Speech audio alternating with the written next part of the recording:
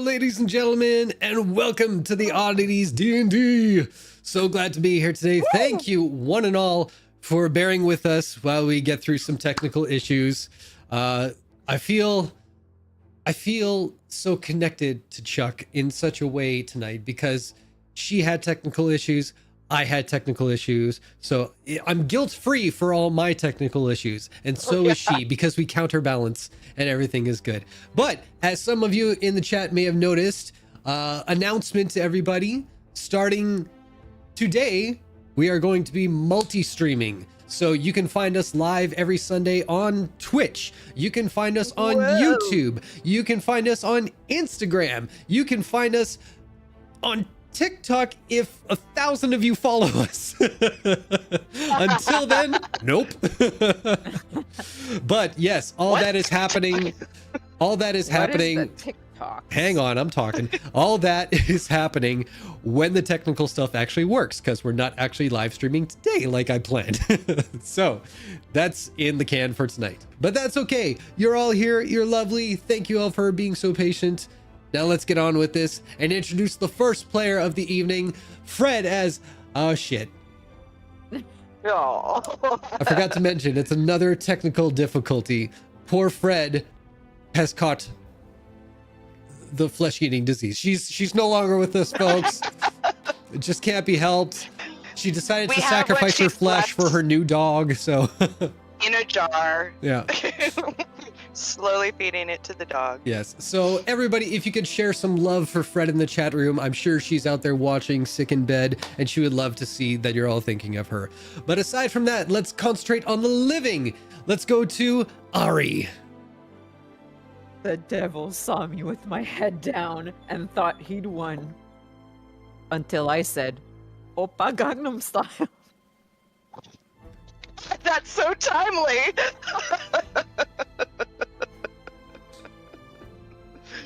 You gotta put the camera down. I'm Ari, and I know it's not very obvious right now, but I play the wizard with the high intelligence. Amazing. Yes, you do. Excellent. Yeah. My precious child. Well, across from the brilliant one, we have Xander. And I'm just a little guy. I'm Zanzan. I play Wesley, your drow. No, I'm not the drow. Goddamn. Oh my god, the technical difficulties have seeped into the brains. Yeah. I play the bard. There it is.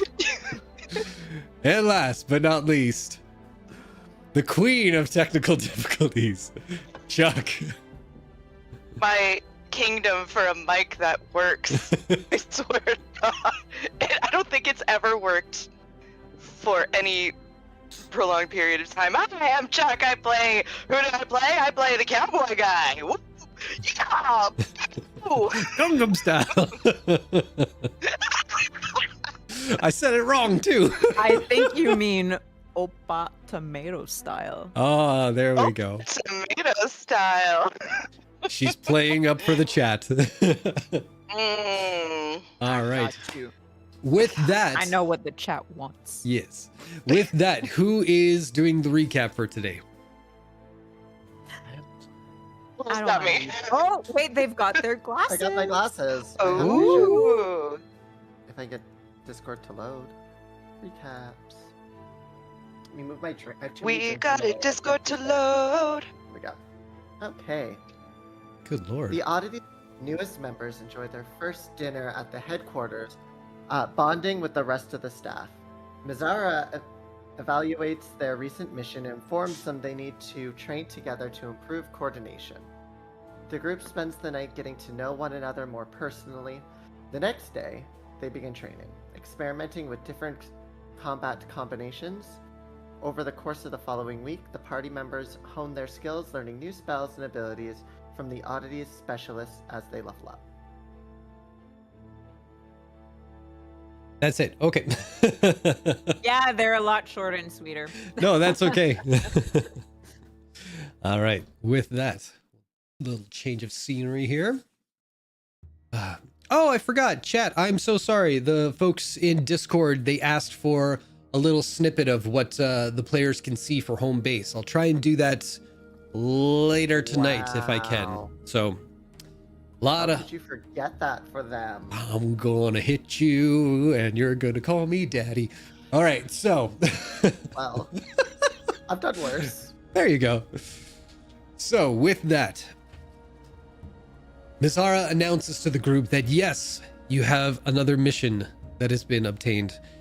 She asks you all to prepare for an excursion, and when you're all ready, to meet her down in the central chamber. So, you guys have a moment to talk amongst yourselves between the party members, decide on what you're going to be bringing, what you're going to be leaving behind. Have at it. Yay, the sheets are updated. She says to the party. Sorry, that was sleep paralysis demon awe stuff. Should we be worried?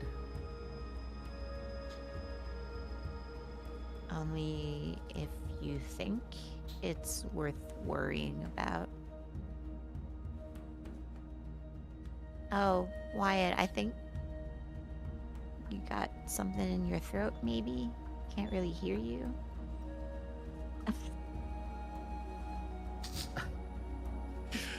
Give me a second there, Wesley. darling. It's all that, hard Damn. tack that I've been eating. It's just kind of, Oh no. oh no. I feel the laryngitis is taking over. Oh, I heard a scroosh, scroosh, scroosh, scroosh. I think my hearing is gone too. oh God. I'm having a bit of that old. Oh, Hey. yeah. My phone.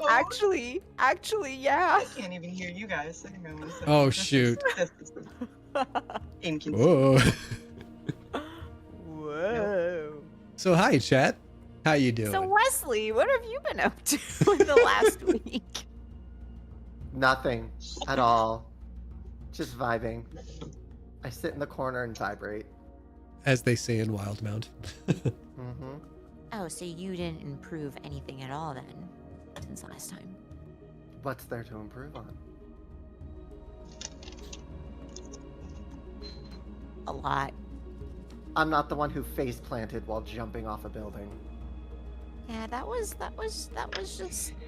wasn't me. I'm over this now. Totally. At least my ego isn't so big as to claim that there's nothing to improve with myself. I'm just repeating what others tell me. Must have paid them a lot for them to tell you such a thing.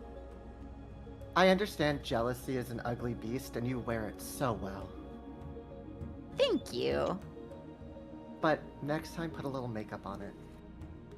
Oh, yeah, are my eye bags showing? That's just all of the research I've been doing to improve myself because, despite being so intelligent, there's always a little more work to do, but not anyone can understand that, obviously. From the looks of it, a lot more work. Oh, I Sorry, think wait. I stroked out there for a moment. I get this tinnitus in my ear sometimes. So, long story. What were y'all talking about? Oh, nothing at all. Just being friendly with Wesley. Of course. Oh, good. I'm glad you guys is no longer squirting lemon into each other's eyes. I was kind of getting a little sick of that back and forth. But regardless, we Lemon in will one's eyes. continue on. It's turn of phrase. It's unpleasantness in the eyes. Maybe No, you know not- that one not if you read a regarding- little bit more, Wesley.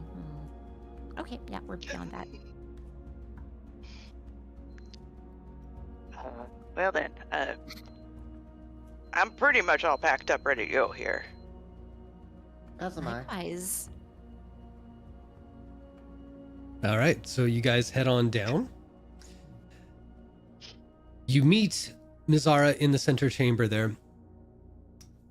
And she sits you guys. She sits you guys down in front of a map that's spread out across the tabletop. And let's do this. All right, good morning, one and all. So, as I said, we have a new sort of mission for you folks to take on. We got word from Alpha Team that there's a bit of strangeness on their journey completing their own task. They reported an odd stench emanating from a village or a town just west of Blade Garden. And when they arrived at their destination, they asked a few of the locals if anyone had noticed what they had in their travels. And a slew of different second-hand accounts ranged from crop rot due to bad soil or a slaughter that has been left to rot, to the fantastical tales of curses plaguing this land. There may be something to any one of those stories, or it may be something more mundane, but regardless, if it was enough to perk up Alpha Team's ears, it's at the very least worth investigating. Now, there's no official demand for our services, but if you do come across anything that requires you to intervene, don't forget to use the Oddities name, if only to have some protection regarding accountability. We will be sending you out to Blade Garden, and from there you can make your way general west direction to the target location, roughly about 100 miles out from where you will arrive. Sorry, this is Ari speaking, who is incredibly tired. What was the main issue? I completely blanked over that. Blade Garden. Yeah. So That went by so fast. I'm like. So Alpha Team found there was some sort of like weirdness in their travels when they were going on their mission, and they just kind of clocked it as something out of the ordinary. And Okay. instead of going there from what they were supposed to do, they sent word back to you guys saying like, okay, there's something going on there. We don't know what. So just to poke your head around there. Okay, so just a general like investigation of the area. Yeah. Ellie and Mulder are getting a free vacation to Blade Garden. Hell yeah! Unless they're Alpha Team. Nope. Oh, no, Well, we are not. You can ask. Delta. That wouldn't hurt. Well, I was gonna say Alpha Team. Yes, Alpha Team is the team that was created before you all arrived. You guys are called Beta Team. Or if you prefer Omega, it's up to you. I mean, one of the most aggressive fish out there is the beta. Well, there you go. That's a What nice about catch. the Sigma team? I'll be honest, I'm really not concerned with what you guys decide to call yourself, but when you are out in the public, please just refer to yourselves as the Oddities. It's less of a headache for when we get the call back. B-roll? B-dog? They have to be brand changing and all sorts of new websites. New what? Sorry, nothing. The sites of webs? Giant spiders? Is that what you're on? Yeah, the spiders wouldn't even know who they're dealing with at that point. So, right, west of Blade Garden, we're to investigate some smells, crop rot, and rumors of curses. Is that correct? Well, those are possibilities. Those are just speculation right now. It could be just about anything. So yes, go to the area, speak to any locals if there are any, determine the cause, and if it's something you are able to offer aid to, please do so. Now, the payment details I will leave to your own judgment depending on whatever the situation may be, if you are asked to intervene on anyone's behalf, that is. Now, we are not here to ransack people of their belongings or ask a king's ransom, so do keep in mind that we are fairly well stocked here, and any sort of payment you request should at least consider the livelihood of the people you're helping against ours for the time being. And that goes for any mission going forward, if you could be so kind. Well, I'm certain in My any word. case that using the sending stone, we can contact you if you need to talk to anyone directly, as it were back in Utenberg. Yes, and that'll lead me to my next little bit there. But if you have any questions right now, feel free to ask. It just works on a sliding scale then, based on the income of the client at hand, as it were. Also, the threat that it poses to you and yours. Loss of limb, life, etc., etc. Yes. Speaking of which, if we encounter, let's say, deadly force, should we engage, or would you prefer we retreat? Or would you leave us to judge the situation? Like a whole forest? That's a bit why I'm sending you on this mission. It's another way for me to kind of perceive your talents and perceive your intuition.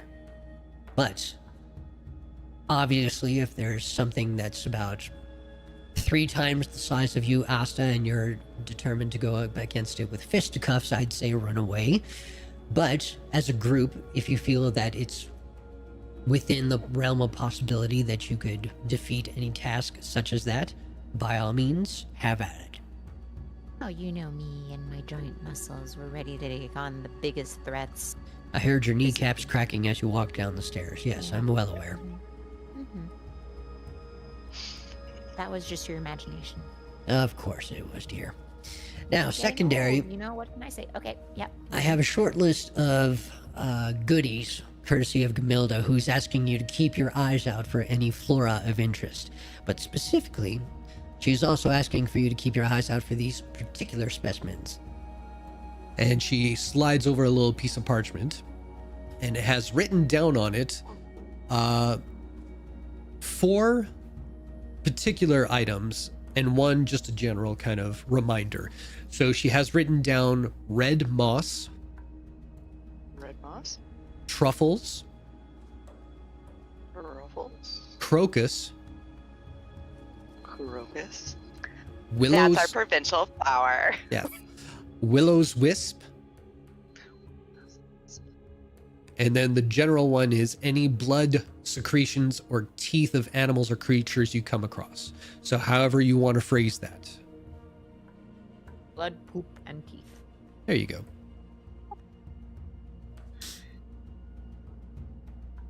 Will-o-wisps. Interesting. Now, speaking of which, I will give you a little update from your last excursion. The samples that you brought back were interesting, to say the least. You gave a bit of flesh sample that was tissue from human, so we could, or humanoid, I should say. So we could assume it was from one of the victims from your last adventure. The fluid you gave us, what we assumed was the creature's blood, is not so much a blood. It is a viscous kind of liquid that we're assuming the creature kind of used as a fluid substance to kind of live and breathe, but it doesn't have the same kind of properties as normal blood that you would find in most creatures out there. So we're still working on that, but I thought you'd at least want the update. What about the soil? Well, the soil's a little particular. It has the normal elements you would find in most earth and dirt and such. Trace elements of manure just for fertilization and such. But there is one piece of it that just doesn't seem... Well, we can't rightly figure out what it is, but there is another substance that is mixed in with the soil. Not, I think, not by their own hands. Like, they didn't find something and put it into the ground. It was there before they got there. But as to what its makeup is or where it came from, we're not entirely sure just yet. So eventually we'll expand our kind of research and see if there's anything historically significant about the area and see if that gives us any clues. I believe Pendleton is working his magic on that one. Is literal magic, or... No, his book smarts. Ah, Right then. right. Could possibly be what those creatures were... Well, not the creatures themselves, but whoever's responsible. That might be what they're after. Could be. It's a little curious, like, have all these strange elements kind of come together. And the appearance of these strange creatures that, by all accounts, Pendleton can't find, a record for in any of his history books. We have the soil that's got some sort of strange makeup. We have the victims. How does that play into everything? We don't really know. It's too many different directions right now to say what exactly was going on there. But I am glad we intervened. It seems like we may have stopped the loss of life for however long. All right, well, thank you for the update. Seems like we are aptly named, being that it is an oddity. True dat. Did I just say true dat? I didn't mean to. Is it 2002? Picking up on Holy that shit. young one slang, Bizarra. Hashtag true dat. Hashtag true dat. Well, Dear me. after that little bit of embarrassment, if you're all prepared to leave, I'd like you to follow me. Would there be like any like potion stores we might be able to visit beforehand? Yeah, is there anything we can stock up on? All right, we're I don't know following. who you're pointing at. We're So following. as you follow her, man, it's like you guys are reading my thoughts ahead of him. All right, so Mizara leads you all into Pendleton's library, and you can see the old librarian is kind of over in the corner, kind of pulling books and everything, trying to like mishmash a whole bunch of ideas in his head from one to another, flipping pages, not giving you guys much of the time of day, and not too opposed to having you just waltz in with Mizara. But she heads down through the maze of shelves and everything to the very back, or what you assume is the back of this space, to where there's two bookshelves piled high with books in particular order. And she just stands right by a little stone basin that looks like it could hold like a candle or something like that. And before she takes you on to this next part of discovery in the library, she does hand over to you guys a little traveling kit. And as you look inside, you see 4 healing bulbs, the ones that Gamilda introduced you to when you first met her. So each of you can take stock of that. There is the speaking stone, of course. And there are another 4 tin cylindrical containers for you. Now you'll see in the kit that I've prepared for you that there are another 4 containers, as I've shown you, for you to get samples along your journey. And this right here, As she knocks on the bookcase, is why you're gathering those. Mizara steps up to a pair of the books near the very back of Pendleton's library, as I said a long time ago, and pulls the spine of a very large atlas. The center of the 2 bookshelves splits apart and shift away in a crescent formation. Behind the wall is a large oval glass surface with a dark reflection that tricks the eye into believing that there is an entranceway just beyond its reflective surface. To the right of the glass frame sits a silver cup resting in a stone where intricate glyphs and runes have been carved along its stone surface. Mizara pulls out a canister similar to the ones used to collect samples and retrieves a piece of red brick. Oh, Ari, you dying? She almost died. Oh, she's got tears of joy. Okay. She's just so excited over the black void. Yeah. Yep. Like my soul. I couldn't even see you because it's on my phone. It's just Oh my squares, so God. you're And off the Sandra was ground. making fun of me too. Oh, Sandra. Suffered, and I just couldn't help but laugh. It's the Sorry. same as you too, Chuck. So when you're suffering, I also giggle. Okay, I'm sorry. I was listening. I Do you need me to That repeat was- anything? No, you're good. I got all of that. I was just dying at the same time. Okay. So, she pulls out the piece of red brick. This was retrieved from a building in the heart of Blade Garden, the first time we sent Alpha Team out there in that general area. Now, when I set this into this cup here, a portal will open to that exact destination and will allow you 6 seconds to step through the glass and arrive there in an instant. The same can be done for each of the samples you've collected during your first mission, which is why it is important to collect the samples as you go, no matter where you are. You never know if one location will be more beneficial than another.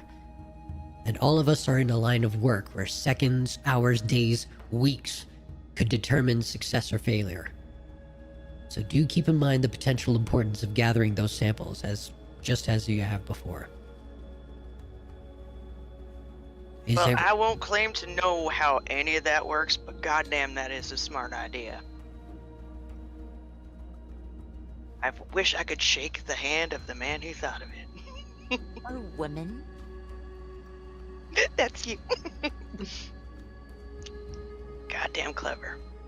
Now, is everybody ready?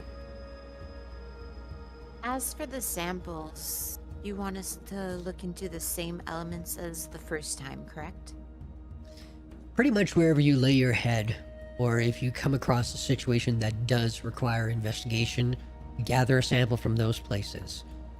It's like little marks on the map that we can kind of at least keep in mind if we ever need to travel those ways again.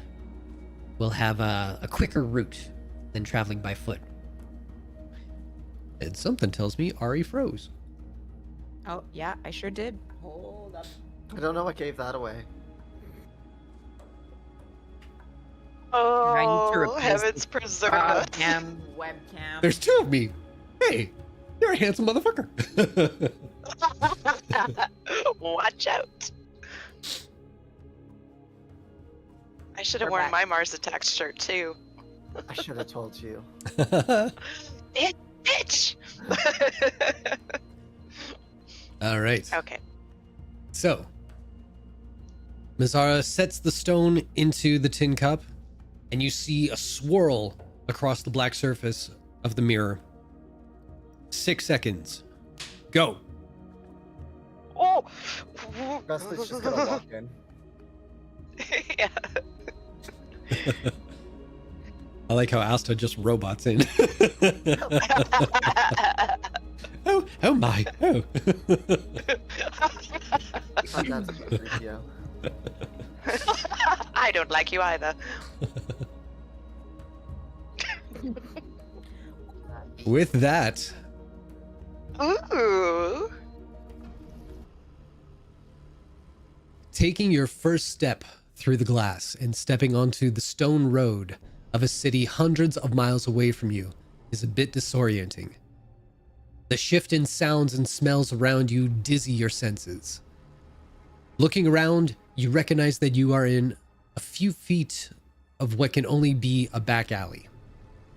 The opening to the city proper in front of you shows people passing by without giving you a noticing glance. As the last of you steps through the portal to join the rest of your companions, a quick glance back sees the familiar faces at the Oddities' home base simply dissipate and vanish as if it was a fleeting memory. Beyond you now is a city bustling with life. What do you do? I don't even know where Blade Garden is, to be quite frank. I will show you the world map. We're just a bit north. Oh, I do. I'm looking at it right now. There we go. Now, Yeah, Asta would pull out like she would open her tome and Mhm. like go to a specific page and just unfold a map of Exandria and like point it out on the map to Wyatt. Well, paint me red and call me a scarecrow. That happened in 6 seconds?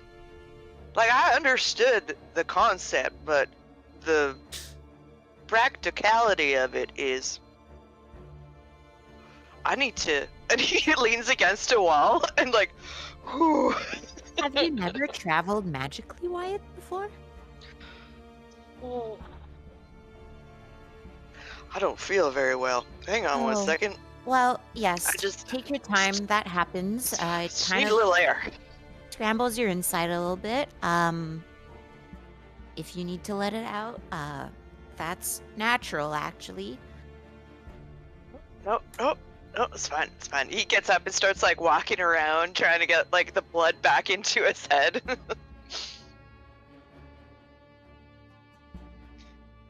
And how are you doing? And I'll spare a glance to Wesley.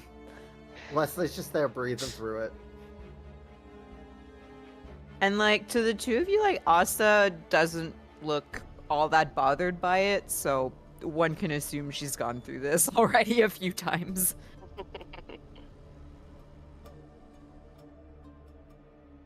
Oh, okay. I feel better. It's just unusual. What's our first port of call? Do we find somewhere to stay? Do we want to get right into this? What time would it be? Mr. Daddy DM. Sorry, I'm being distracted by a bunch of things on my phone. What did you say? I'm sorry. Around what time is it at this point? Is it morning? It would be getting into late afternoon, early evening. Okay. Well, judging by the time, I would probably secure lodging for the evening at the very least. And then... I mean... Last time we got some good information out of staying at a tavern. It's usually Yeah, the yeah. best place to start if you don't know the direct location of the issue. Especially when people start drinking, they start complaining. And we don't even know what the issue is. We just know something abnormal is going on here. Yeah. Yeah, like there's a smell. I just feel we. Oh, right. I would like to look around for. And then he realizes that they already had the red brick, which is how they got here in the first place. And he totally just like shakes it up and starts walking towards one of the main thoroughfares. Do all of you follow? Should we look for a guard to ask where an inn is? Do we want to stay at a reputable establishment, or... I mean, one that those who would be outside the city limits often would stay at. So most likely not a high-end one. Alright. Wyatt waves down someone on the street and he takes his hat off and clutches it to his chest. Excuse me, I was wondering if you could tell us where, good middle of the road, not too pricey, not too cheap, inn would be. Friggin' tourists. I got no time for you. Buzz off. And he keeps on going. Here. Maybe I'll have better luck. And Play I guard, will the friendly look city. for a woman who appears to be in a good mood. Like somebody who doesn't have a scowl on their face. Sure. You see a woman, she's wearing kind of like a handkerchief over her head, just constant ear-to-ear grin, looking at everything up and down and just kind of all over the place. Another tourist. Another tourist, but she might have noticed. And Wesley will slide up going, sorry to bother you. Fuck you! Bees in the knees, bees in my head. Oh, look at them go! Oh! And then she keeps on walking. I want what she's having. Feeling that there might be some force preventing us from speaking to someone about an inn. Or Oh. we're just in a big city and people don't want to be disturbed, and I think she's just on drugs. And I will repeat, I want what she's having. So let's look out for that one. Oh, we could follow her in any case. If she's high, I definitely do not recommend that, because that's when things can get ugly. Well, you wanted what she's having, so maybe she might lead us to it. Are drugs like a mind-altering spell or something? No. In a way, A yes. substance that alters your mind temporarily. Why would It's one like alcohol, want to do but that? a little more fun.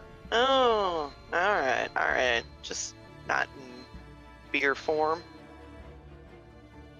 I mean, depending on how you take it. Much more damaging to the brain cells. Obviously. And I spare a glance to Wesley. Seems unwise. Alright. Is there like a flow of traffic, foot traffic? Yeah. Um, I got you covered. yeah, Check this out. on the map. Oh, So as you guys leave the alleyway, you see that the city streets are in constant motion.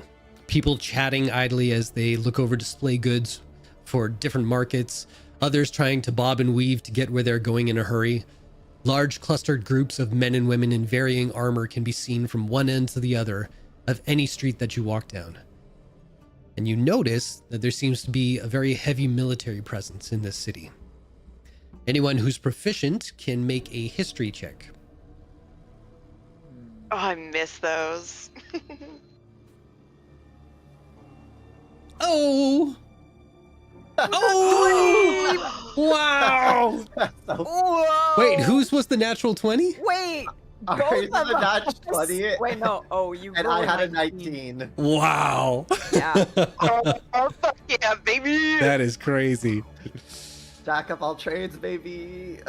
So, easily enough, you guys know from your history lessons, or at least your constant reading, this Blade Garden is a military city. The majority of the Righteous Brand, which is the national military in Wildemount, are trained in this city and are stationed here before they head out to their different districts across the Dwendalian Empire. Now, many of whom would be going off to go to war in Jorhas fairly soon.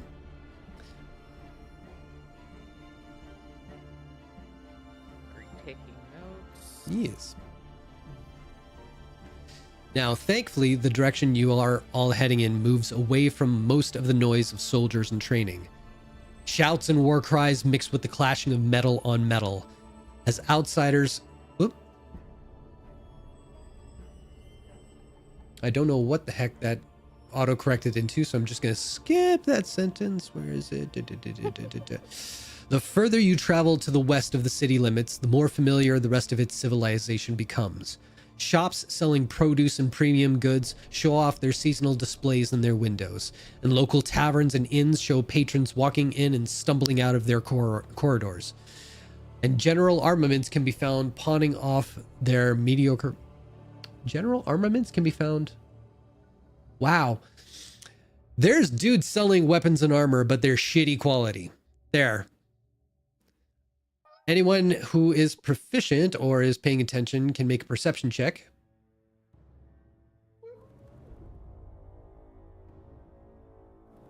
Ooh, good rolls today, guys. Yes. Damn. Dirty bad. 20. Cool. Spoke too soon. Well, a 10, that still succeeds. That's good enough for me.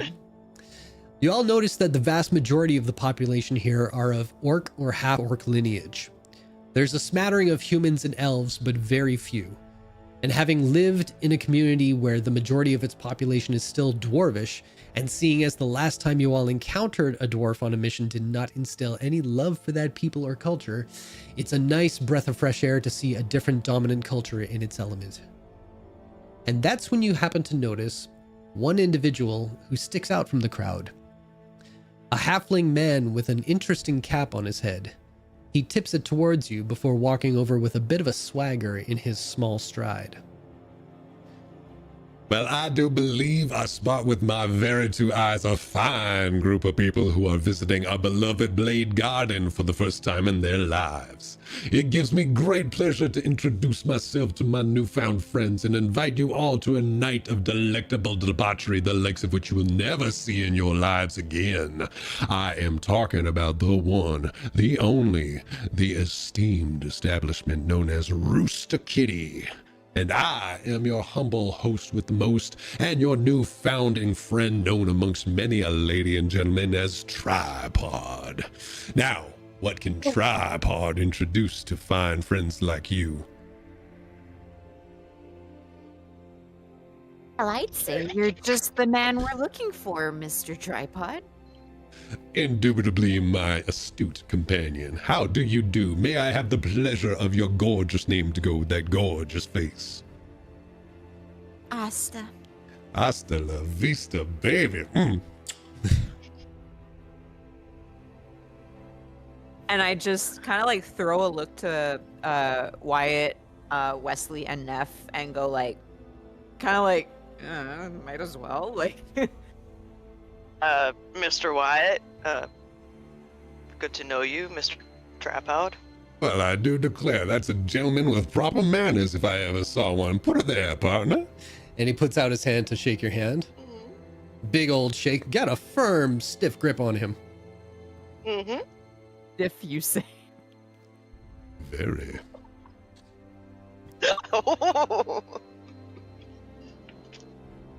Wesley, it's a pleasure. How do, my fine, suave friend? And he gives you a very gracious bow. And who or what is this we have here? I do declare I see an owlin in my presence. You are a delight on these simple eyes of mine.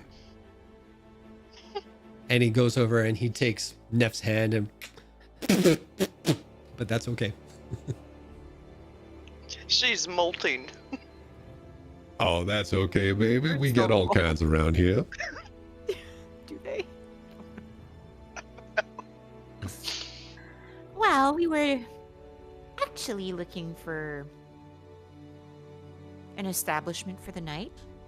Well, seek and ye shall find. It's so good that I ran into you the time and that I did. Please follow my humble stride over to these delectable delights we have over here. I would like to kind of look around just to see if, like, just the type of, if anyone's looking at us or looking at him, the type of reactions they're giving. Like, if they're like, oh, he's up to it again, or kind of. Wyatt's just excited. Someone recognized his manners. I'm trying to decide if this is insight or perception. Let's go insight. We did perception already. Oh, okay. Don't fail me.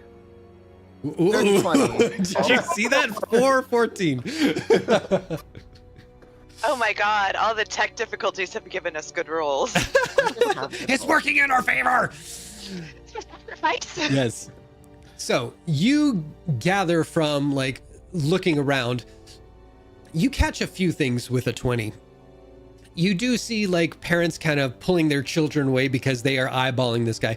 Like, to paint a better picture, this guy is a halfling, right?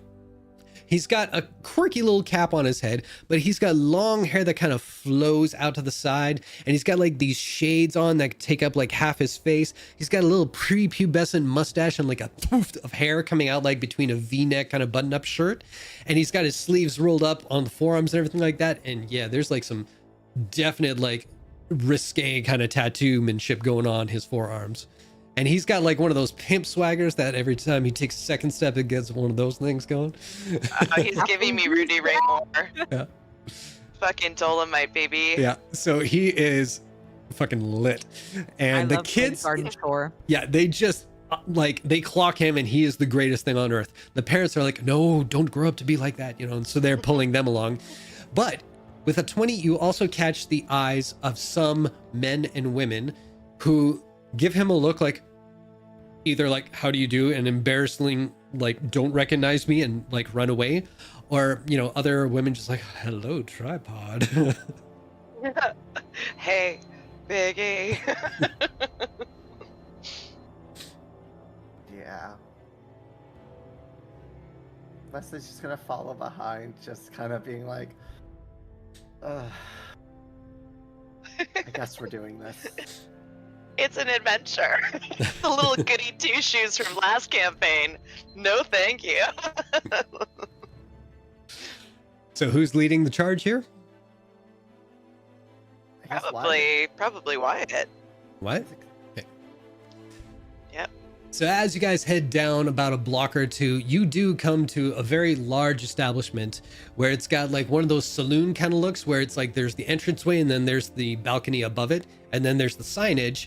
And sure enough, it's got a tinge of magic going on to it where it goes rooster and you see like a rooster with like being choked by the neck, and then kitty and you see a cat with its ass up.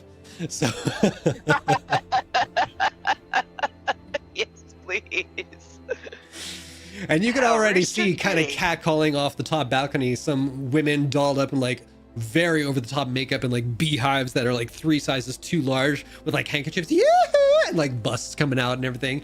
And you see like kind of hanging off the banister dudes and assless chaps just like So yeah, they're having a good old time. And there's a few kind of tables and barrels and everything out on the front patio, just like a lot of people just having drinks after work and everything. And it's a swinging door entranceway to the Rooster Kitty. Now, is this an establishment you guys would like to attend and frequent? Chuck is screaming yes. Why, it's a little like, well, is it warm in Blade Oh, Garden? man.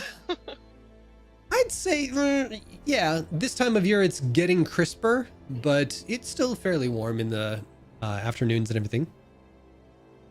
Wesley's I mean, gonna I would. lean on Wyatt's shoulder. She's like, well, man, you ready to hit up the whorehouse? I'm sorry, the what now? The whorehouse. And that's when Tripod comes up behind both of you and puts a hand on both your butt cheeks and pushes you in. Wesley's just gonna, from being more, from having that more like prissy attitude and everything, is just immediately gonna kind of relax and let that natural charisma kind of take over. Shoulders are gonna droop a little, but still stay back. And Wesley now has like a side smirk on, and then like anytime someone that obviously is working there looks over at him, he'll give him a little wink and kind of move in the direction that Tripod is pushing. So Asta, before entering, she kind of like takes a look at the men with the assless chaps and then takes a look at the women with their bosoms just hanging out, and she just kind of like brings her book up and goes like and like starts glowing red because like she's already red to begin with, and she'll just kind of like saunter in after the other two. Amazing. So, as you all enter the establishment known as Rooster Kitty, you do see the center of attention in this establishment is the raised stage at the far back middle of this whole entranceway. And you see that there's a bit of a stage show going on right now, where there's gentlemen painted up in like powdery face and blush and rouge lipstick with bronze. It sparkles eyeshadow and raised eyebrows that have like a lightning kind of crease to them. Another kind of wig that just extends like beyond their shoulders and everything in like multicolored array. Whereas the woman to his left is dressed in a bowler hat, a very tight-fitting suit, and a little painted-on mustache. And it's sort of one of those plays where it's a Baudry kind of tale where, oops, I've dropped my handkerchief, I'll bend it over. And the man looks and goes, oh, she's not wearing any bloomers. So it's that kind of exchange there. I love cringy burlesque. Yes. Yes. Vaudevillian. Give me that cringe burlesque show. Now, to one side, there is a bar with an assortment of bottles of every kind of color and variety up against the wall on a glass display. And you can see like cocktails being like thrown down the end of the bar to be caught in a patron's hand at the other end, spilling half of it over the edge. Coin can be dropped on the counter and ting, ting, ting all over the place. You hear many a patron like just having the time of their lives in a bunch of the round tables and chairs that are set up in the main hall. Many of the men and women are just kind of like either sitting on their laps and kicking up their feet, or men are just kind of like, doing a little lap dance with their butts on their crotches and everything. To the other side, there's a small little area where it's a gaming table. I will say it's very small and uninteresting because it didn't prepare for the gaming table. Trembling to stand. Yes, I thank get you. it. And you could see by the number of people who are being taken in this general direction that there is a wide arcing stair that leads to the second floor, where a number of people are entering and exiting rooms that are about 12 deep, at least on the top floor.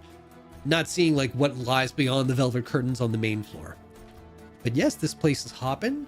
It seems very lively. You think you could probably get food and or drink here. Well, more drink than food, possibly. And a bit of company and entertainment, if it so pleases. What would you guys like to do? So, taking a look around, like, what's the majority of the patrons here like? Are they like mostly soldiers or trainees, considering this is a military academy? Or Perception check. yes, please.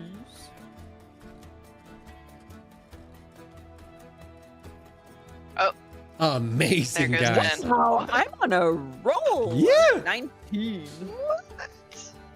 So you notice that, again, majority in here even is mostly half orc or orc. You do see coupled together a bunch of military presence here. Those guys have most of the men and women who frequent this establishment kind of joining them. And there's a smattering of other people ranging from like just a few of the races. Like there's definitely some humans, elves, not any dwarves that you can see. Maybe a halfling or two, but it's a pretty thick crowd filled with all sorts of different people. The entertainers, however, every race imaginable. But yeah, if your question was more kind of trying to figure out like if this is a legal establishment or if it's frowned upon, seeing how everybody's partaking, you get it's on the up and up. No, I think it was more like as to like what people's like social standing were, like if it looked frequented by like mostly the richer folk or like thuggish people. I'd say, well, you don't see anybody who has any like displays of like importance or anything like that. Like no medals, no stars on cuffs or anything like that to give you any kind of indication. So it seems like this is just whatever class is coming in. Like you're not seeing any like, I'm gonna say this because I've been like catching myself a lot this week. You don't see any transient folk, and I don't know if transient is the proper word, but I said it anyway. So nothing like that. So it's definitely people with some coin to spend, and whether it's a lot of coin or a little bit of coin doesn't really matter that much. Okay. Speaking of coin, I kept forgetting to ask you, how much should we start with? Whatever was in your thing, I think. Like I left it up to you guys. I didn't really question that. But if you started off with 1,000 gold, I'm gonna tell you to knock off one of those zeros. Valid.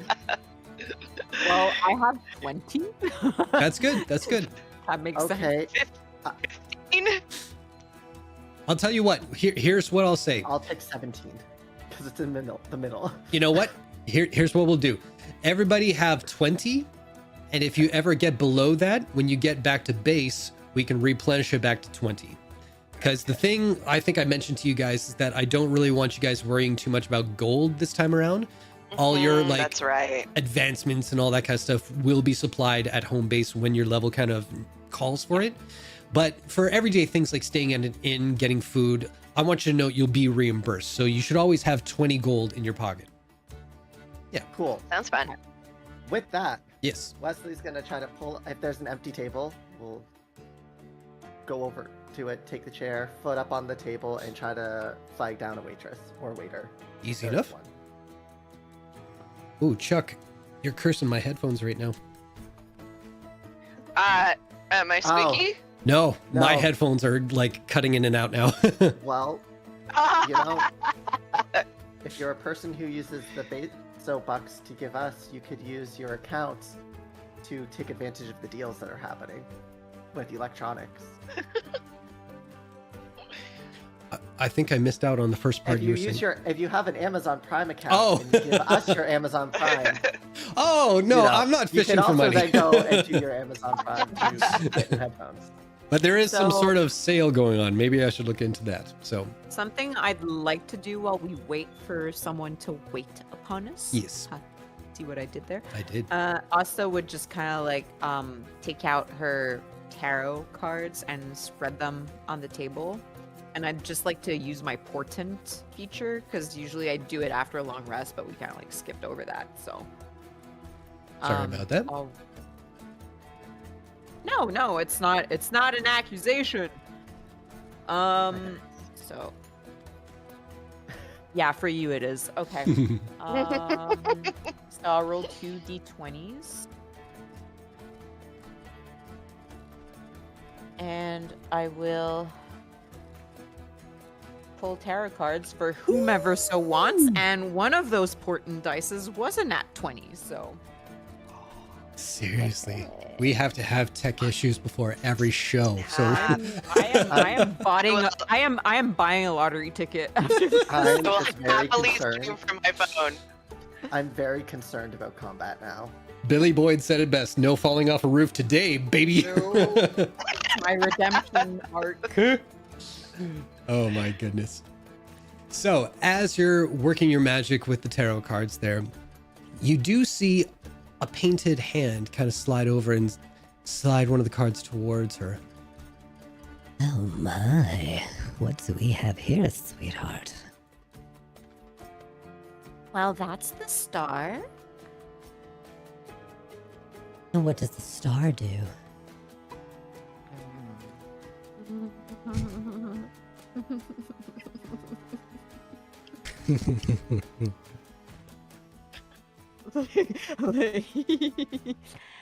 Well, keywords for you might, words that might resonate with you, considering this is upright. Hope, purpose. Do you fulfill your purpose here? I feel very fulfilled.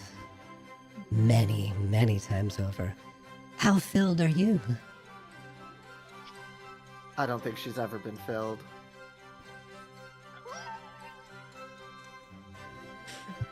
Ignoring that, Don't worry, honey. Some people are just experienced more than others, and some are just a little jealous.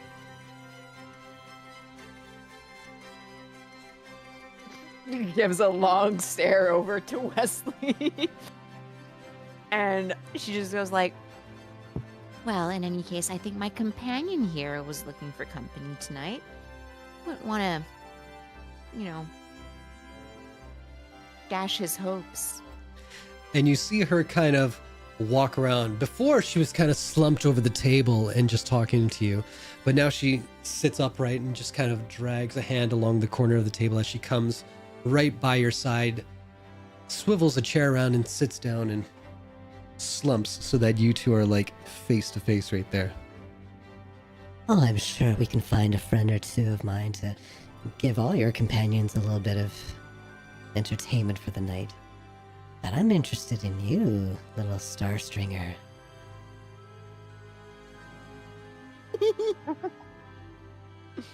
and that's all. So as Asta is taken up with this fine feminine feature, what are the rest of you doing?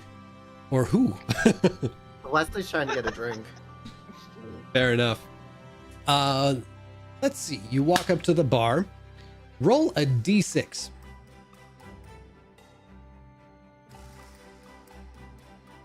No, not two. Fuck off. Computer, don't be gay. My job. Oh, it rolled a 2. It's like you called it. Well, with that luck, you notice that there are specials on display today. There is the Blue Hawaii, which is a blended up drink with a bunch of coconut and blue curacao. So it's got like a bit of a coconut orangey kind of taste to it. Frothy with a bit of like cherry syrup over top of it. So it almost looks like a blue volcano erupting, or red, white, and blue, which I don't want to think about. The other one, Ran. yeah. Exactly. The other one is a rum dropkick. So it's got 151 rum, yep, grapefruit juice, and a bit of Tabasco sauce. Leslie's like, Yeah. give me that one. Excellent. So I'll say because it's a special, it's only 5 silver. So if you want to two-fist it, have a gold. Yep. 1 gold, and I'll leave 2 silver. Mm-hmm. So, the tip. And I'll take it,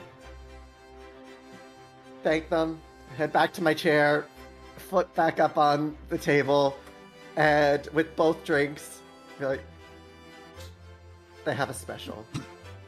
I just go back to watching the show. Excellent. Mr. Wyatt, what are you doing? Mr. Wyatt, milling about, seeing Asta in a conversation and Wesley getting a drink, he's just sort of looking around, and it's almost like a flashes of close-ups on flesh of all different kinds, sweat beading on the surface, very little clothing, lots of tongues and spit, and he's just like, it's slowly like Donald Duck going red. And he's like, oh, it's very hot in here. And he sort of tries to flag down a waiter or waitress, like, just a glass, just a bit of water. Oh, okay. And he kind of like backs up against the wall, like not really knowing what to do. This is BB's first time in Vegas. Yeah. He's never really quite seen this side of the world. Yeah. So it's about that time when you lean up against the wall and you find something sturdy to kind of steady yourself. And you get a particular smell in the air. It's got like an earthy kind of quality to it, a bit like clove cigarettes in a way. And you just kind of follow the trace and you look down and you see just blowing out this huge string of smoke is Tripod. And he's just kind of leaning on the table looking up at you. Seems like it's baby's first time in Blade Garden. Yep, it is definitely my first time here in Blade Garden. I mean, I don't quite go by the moniker of baby, but I appreciate the fondness that you carry in your tone. Don't you worry. What is what? You all come with me here. We're gonna introduce you to the best things that life can offer in this whole establishment. You come with me now. We're gonna start you off nice and easy. You look like you could use something to quench that thirst that's in your throat there. It's very dry, sir. Yes, sir. Well, you follow old Tripod. He's gonna introduce you to one of the specials. It's gonna be on the house as a new first comer. Yes, sir. Okay. So you guys saunter up to the bar and Tripod, he just has to give a, little head nod and 3 drinks appear before you, each of different color, each of different sizes. One is on fire and the middle one looks kind of similar to the one you spot. I keep wanting to say Xander. Wesley was having. So your first instinct is like, oh, Wesley's drinking that. That must be the safe one. The other one seems to have like an almost volcanic kind of look to it, where they don't exist in this world, but it's kind of like a lava lamp effect, right? And it's got like little swirly sparkles in it and just kind of effervesces with like a bit of steam off the top. The last one is just fucking fire. And you're like, how do you even? My friend, Miss Starsinger might be interested in that one. I think that she could probably handle the flaming cocktails. However, maybe I will try this sparkly globular one, if that is okay. Oh, my newfound friend, Mr. Wyatt, you misunderstand my misgivings here. We are gonna try a sampler. This is what they call a flat of our very best. So, if you would be so kind. And he takes 2 straws and puts them in the first one, and he kind of shuffles it between the two of you. 1 straw towards you, 1 to him. We are gonna sample some of the best swill you've ever swigged. Yeah. Yes, sir. Yes, sir. And he's kind of glancing over for his companions, and he's like, okay. And like two kids at a 1950s malt shop, there you are with tripod, sucking down the first beverage together. Sucking with Jason tripod. and pairing me with short men. I don't get it. So I will get you to make a Constitution saving throw. Sucking on Oh. tripod. Down with tripod. We'll see where the night takes us. Yes. Saving throw, right? Yes, please. All right. There you Look are. at I it. see you. Oh God. And did that roll or no? Yeah. Yup. Oh no. Thank Christ this was the virgin drink. You I'm- only needed a 5. Oh no. Oh Yes. no. Okay. Now, whether or not Mr. Wyatt knows that it's a virgin drink, I'd like you to describe what Wyatt is feeling consuming this drink. This is the one with the The lava Uh, lamp one and the effervescent. lava lamp one. Sort of Red Bull and Pop Rocks. That's fair. hmm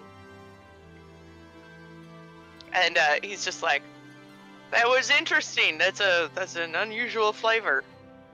It's It, a nice one if you want to look like you're enjoying the company and all the misgivings that this establishment has to offer on tap without sacrificing one's wits about them. Oh, I see. There's no alcohol in there then, No, sir. or drugs. He says What do as you he's take just me learned the for? We are term. just becoming acquainted. I would not sacrifice your intelligence to an imbibement of that kind right off the hop. That's downright improper. Oh, my apologies. But I if you didn't so mean to- desire, you just let me know. Old Tripod will hook you the fuck up. I heard they destroy brain cells. Good enough reason to keep your distance then for a little while.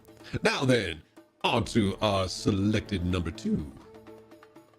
And there again is another drink. Yes, exactly. Make a Constitution saving throw. Yippee-ki-yay! Let's go! And that was an aggressive roll too. That Yeah. came flying. Yeah. on its lid. No, onto- but That did was anyone with else do confidence that she like, did not have. 20, and then it rolled back to 2. I was like, Oh my god. I'm sorry, I can't use my portent dice anymore because you rolled. Well, how fun for me. Yeah. So, I think because the first one you felt there was a trust established between you and Tripod, that he would not steer you wrong, that this next one you took a big old gulp just to kind of get like the real flavor country of it all. And Oh, yeah. whoa, it's like the first time I tried Sambuca where it went down and immediately went back to the back of my throat. And I was like, nope, nope, not in front of my cousin. Can't do that. So that's you right now. You're not about to puke, but you could be encouraged to at any moment. Oh, that one's got a little, it's like a mule back hoof to the face, isn't it? Wow. I mean, that is what they print on the bottle if they ship this sucker out there. But pace yourself, friend, because the next one, woo, doggy, you are in for a treat. Now, are you a gentleman? Or are you a man of adventure? Well, golly jeeves. That's a question I have to refrain from answering. I feel like I'm a little As he bit of both. slides the third flaming drink between the two of you and gives you a questioning eye. I'm giving you my 10 for the portent dice. What does that mean? You get a 10. So, if you want, I don't know what your Constitution modifier is a 3, I believe. It is a 3. So, yeah, if you want it, I'm giving you a 10, so a 13. It's tempting, but it's also tempting to fail. Fair. You know what? I will take your portent dice. It is important that I save a little face.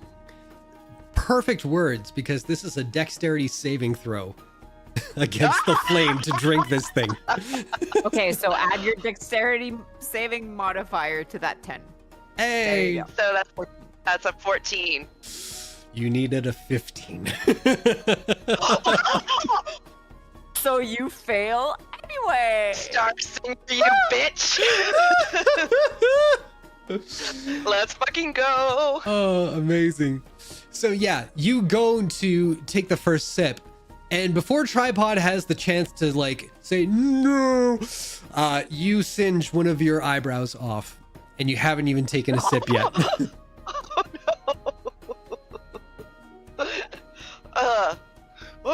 What is that smell? Oh, I suppose I should have blown it out first. Or is it all fire? And it's when you start to realize your mistake and try to explain your thought pattern, you get like real, like uncomfortably close to Tripod's face when you're saying this. It's like, oh, here, my eyebrow fell off. I know what happened, you know? And the last drink had 151 proof rum.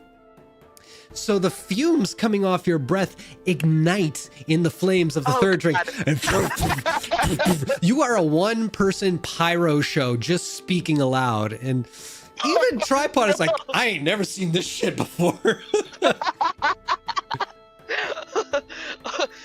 You have like, traumatized the tripod. Covers his face. Mustache out. Don't fuck with my tash. No, I wasn't going to. It's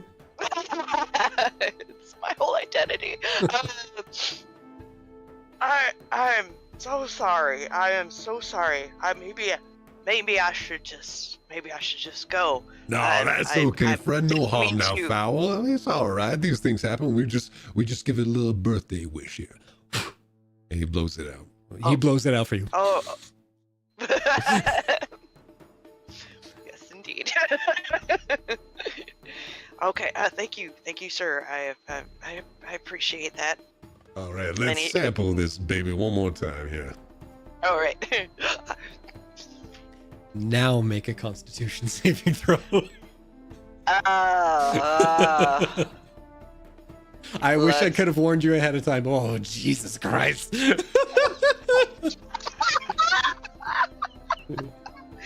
Ari, I traded you for the night. So just enjoy it, and you're welcome. See how Big it 7. feels. So Yep. I'll say the one thing that is curious about this drink is that for all its flaming display, it's a very cold beverage when you drink it back. Like a little cooler than just a typical frosted or iced drink, where there are drinks when you drink them, like straight alcohol, where it just has a consistent burn down your esophagus. This one is a cold that like goes right to your belly and just kind of stays that way. And it kind of gives you this out of body kind of experience where you know you're drunk, but you're not stumbly drunk. It's just like a heightened awareness kind of drunk now. So you just feel very floaty. Ooh. I can't imagine why it looks when he feels floaty. Well, he feels shit-faced because you are. So now I want you, so I don't mean to interrupt you, but I want you to consider going forward for the rest of this evening that at this point, Wyatt has no inhibitions. Well then, interesting. And away you go. Wyatt's going to start letting his eyes linger a little longer on the exposed flesh. And his cheeks are still apples, and his nose now is kind of matches.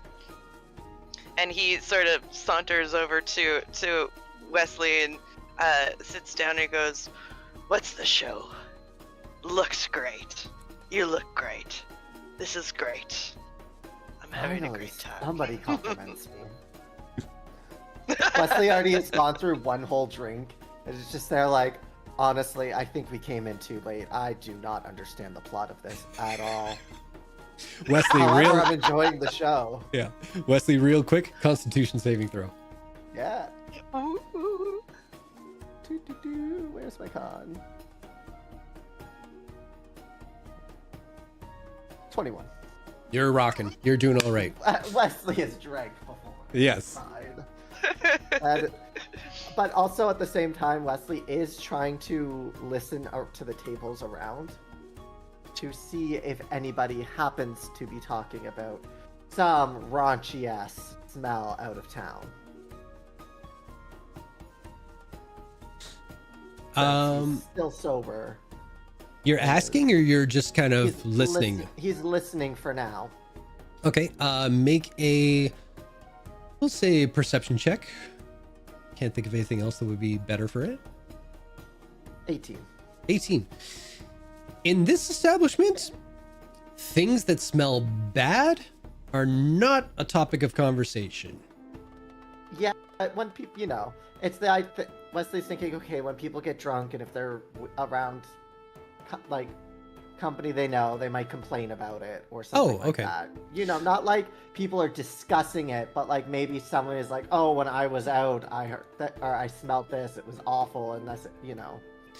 So I'll say with that more intent behind like what you're trying to perceive, you do hear a range of conversations, some being like, I was wondering if you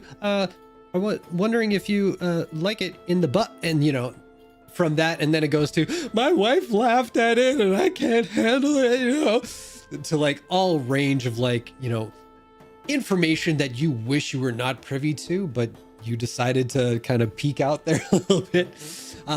Even when it comes to like the guards, like the Righteous Brandon, everything like that, most of them are kind of like the jock table in the lunchroom in high school, where it's like, yeah, fuck yeah, we're gonna win, and just all that testosterone-y grunty stuff that just over my head. So yeah. Oh great, they're all stupid. Welcome to a day in my life. What, you're stupid? I see you join us. No.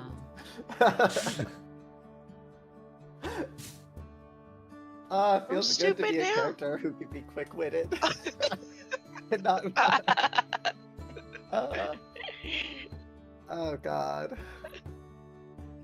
But Leslie's gonna go back to just watching the show. Kind of half trying to understand the plot, but also half giving up. Like, There is no plot.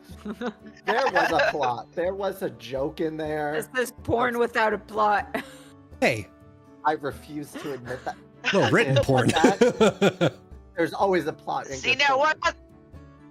what I think is going on is that guy's has that twin brother that he doesn't know about, and then his fiance mistook the twin for her fiance.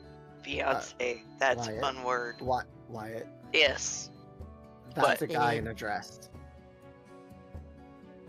he wears it well. Very well. And I suppose the if one you with the get tailored sash? correctly, that's a chick. well, I'll be damned. Finding think new it's- things about myself right now. Good for you. I gotta go. Old dog to learn new tricks. I mean, hey, I got- everyone's in something. Just proud that you're finding it out, old man. But I'm not that old. I'm in my 40s. Jeez. I gotta go water the cactus. Pardon my French. I'll be right back. And I do have to water the cactus. Perfect Real life. time for a bathroom break. Yay! Hey. Well, thank you everybody for hanging out with us. It was a bit of a rough start at the beginning, I'm not gonna lie. But I'm glad we got to this, because this is a bit more fun for tonight. Well, hopefully you stick around, and we will take our quick 10-15 minute bathroom break. While we do, you will all get to see the lovely emotes that we have for all our subscribers, courtesy of Nicola Nora, who we love and adore, as well as some fan art from Campaign 1. That was a hard word to say, apparently. created by Chuck Monty. So please enjoy that, and we will see you in a little bit. Bye.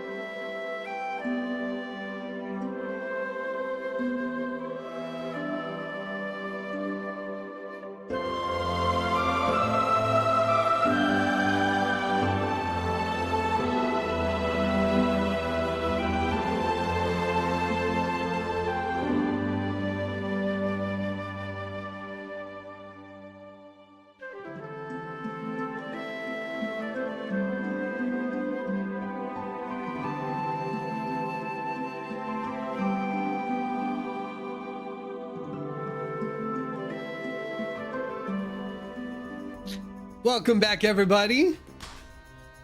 Well, we are in a particular den of iniquity, the beloved, the legendary Rooster Kitty. Everybody is having, well, most everybody is having a few drinks and are feeling pretty groovy, taking in a show, taking in some beverages, taking in some newfound company. Who would like to take us on a trip to their conversation of choice right now? Well, I want to know, as a player and as Wesley, how's the flirting going with Asta? Oh, I think she just puked a little bit. Depends on whether you get alcohol in me or not. Well, that is the question, right? We haven't tackled that particular issue. So, with that, we will bounce over to you. And at this point, I would say that there's been enough flirtation flung your direction, and your cheeks are getting awfully warm, and you're feeling a bit dry-mouthed, conversing with this lovely lady specimen that's before you right now. So with a wave of her hand, a couple of drinks are brought over to your table. 2. She's not as ballsy as, Tripod to do the dual straw action there. Wesley, she brought you a drink as well. Oh, Wesley's nowhere near you. We're watching the show. Wesley is in the audience at a table, legs propped up, enjoying the show. So what? Like Asta's just like, oh, where'd he go? Panic. Oh dear me, am I so boring of a companion that you need someone else to entertain you? Should I bring a couple of friends in to join us?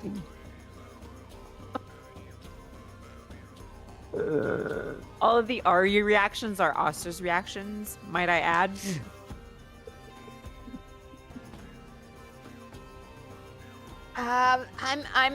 And she just grabs the first drink she sees and just shoots it back. Make a Constitution saving throw.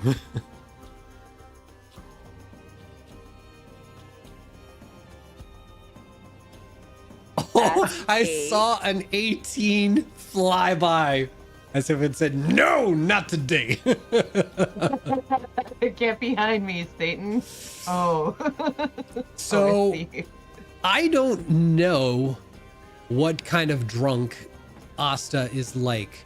Does this lower her inhibitions? Does this make her emotional one way or another? Paint me a picture here, Ari.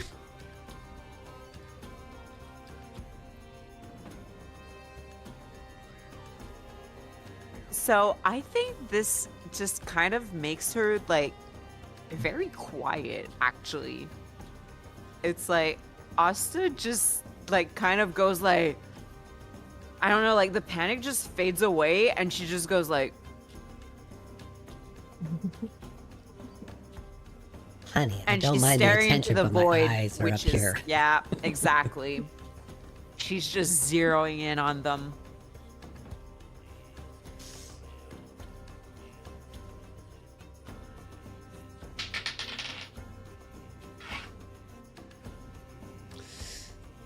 You see They're beautiful. one button ping, goes off. Not in your face, no.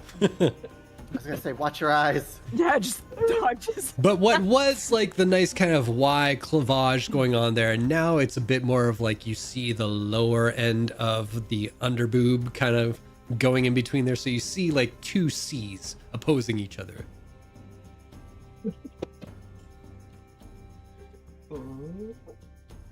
And I will get you to make a very low DC perception check. Okay. I still have that nat 20 Yeah, you do. pocket, but I'm gonna keep it. Well, this is good. That's not too bad. 14. 14. You see Neff nursing a Shirley Temple essentially, and her big owlin eyes are just book at you, book, back at this girl, book, back at you, book, back at this girl, and occasionally just book, book, back at the cleavage, and then back to you. Enjoying the show and the drama that is you in your silent bubble.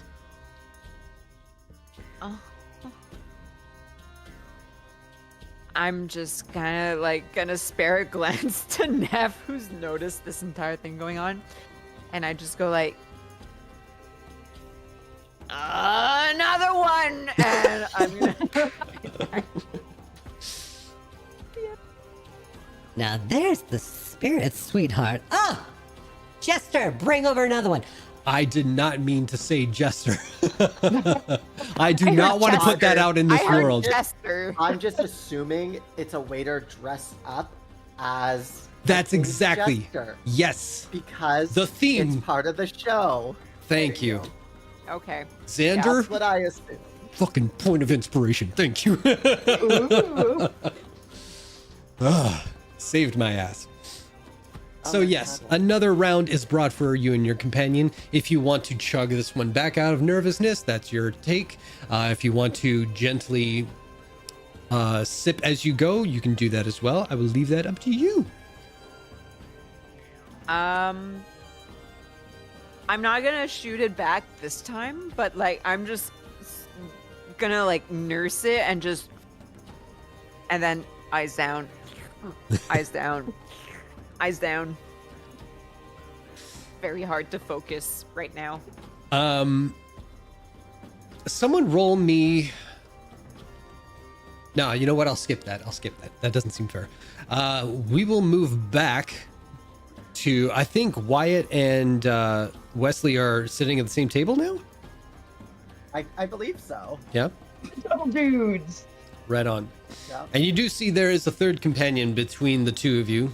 Tripod is there with you, just kind of sitting back, smirking, taking in the sights and sounds of Yeah. everything going around there, making sure everybody's having a good time, trying to turn frowns upside down as he goes along. Yeah.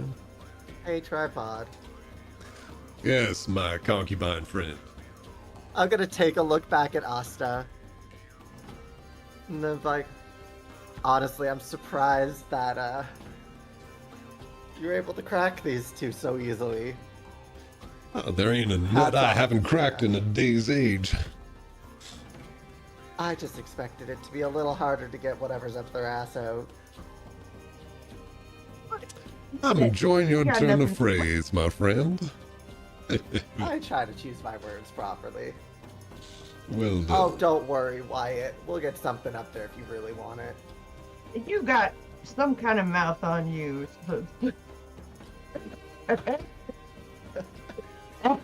You're so rude. It's inappropriate to speak like that. Oh, you were in the best place to speak like that, Wyatt. Relax a little. Alone. Now, a tripod.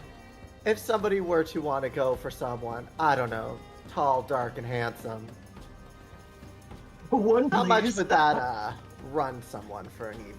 Oh, my beauteous friend, you wound me deeply with all the things that I lack in life. Oh, I would not take you away from Wyatt. That would be too cruel.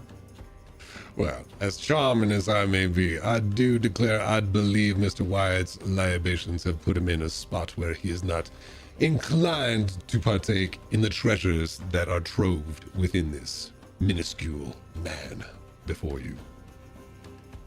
I'm sorry, what's going on here? Don't worry feel about like it, Wyatt. Go back to watching the show. I ain't got no worries at all. Yeah. Honestly, I don't know what's more entertaining, the show or watching Wyatt be drunk. He starts trying to wave one of the characters on stage over. He's like, come here, come here. And you Is that- see one is of them that just cor- kind of like awkwardly like, yes, my lord. Is that corset real tight? Is it hard to breathe in it? And you hear from the actor. Answer by wheeze. You got it. You're doing a great job. You're doing a great job. Keep on. Keep on. Show us a little leg. Damn, Wyatt. I mean, if you're comfortable with that. What? And you do see, like, as like the gentleman kind of goes back to their performance, you do see like a long like dress pant just slowly start to raise up a bit, so you see a bit of a calf. Oh, how risky, Wyatt. It's got a barbed wire wraparound tattoo. Clear heels. Getting too real.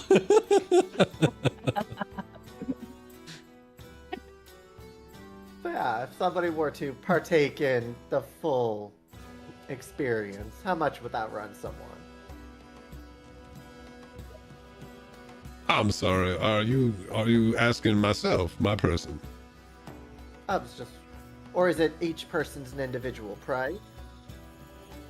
Oh, that's a conversation with your preferences. Good to know.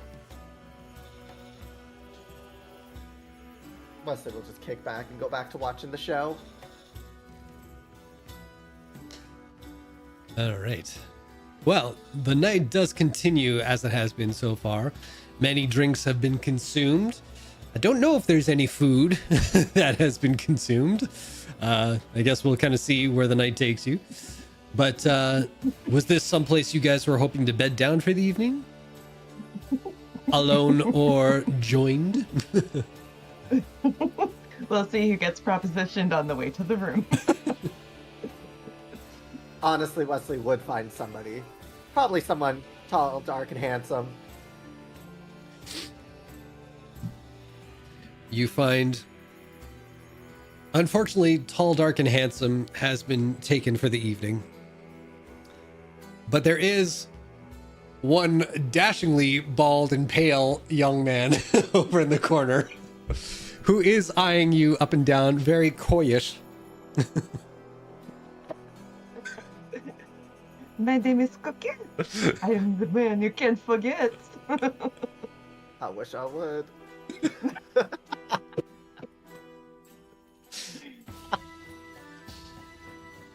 Oh, why not?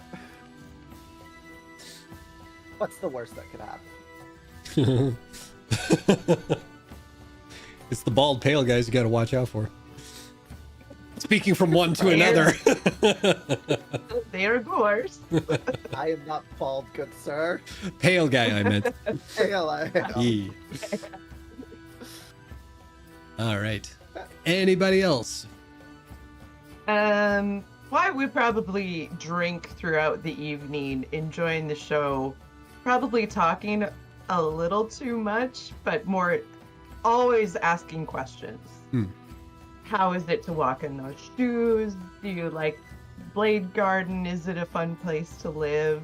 How does one get into this? Or always questions. Yeah. All right. And then probably stumble up to his room, starting off by himself, but we don't know. Yeah. Make a persuasion check before you do. I will. Yeah. Watch me go. Oh, can hear you. Attributes. I see you. Persuasion. Ooh. 9. So I'm rolling awesome. you do have like that drunken confidence of like, yeah, I'm talking to you because that's what people do, and I am doing a very good job at this talking thing, and you're friendly enough and you're listening to me talk, and you are drunk enough that you don't realize like some people are just like That's good, little buddy. I'm gonna go away now, but oh, you're following me. Okay, okay. You know, so it's that kind of conversation, but you feel charmed by these individuals because they are charmed by you, and you go to bed feeling like you did a good thing today. That's a gold star in the books of Wyatt. Yeah. I got so much information, I can't remember a lick of it. Yep. And it's when you inquire about a room for the evening that somehow the conversation went from like, I wonder how much rooms go for this establishment. And then you kind of blank for a little bit and you're like, hey, I'm in one of those rooms for the evening. And you look and that's a pillow. And that's the last thing you remember.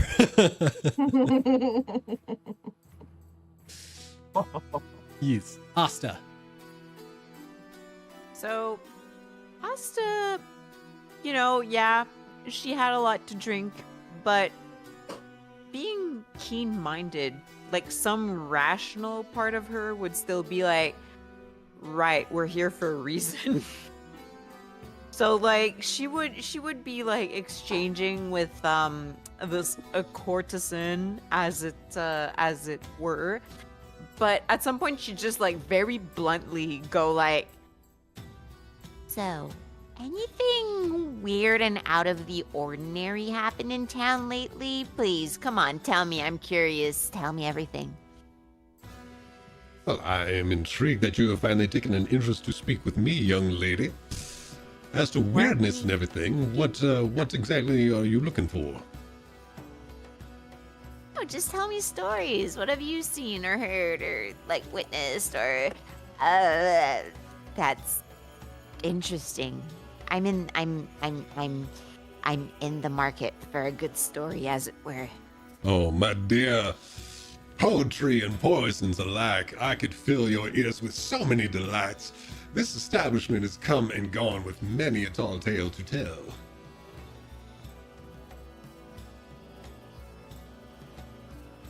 I have a lot to offer. It's more that you pick what you want to hear.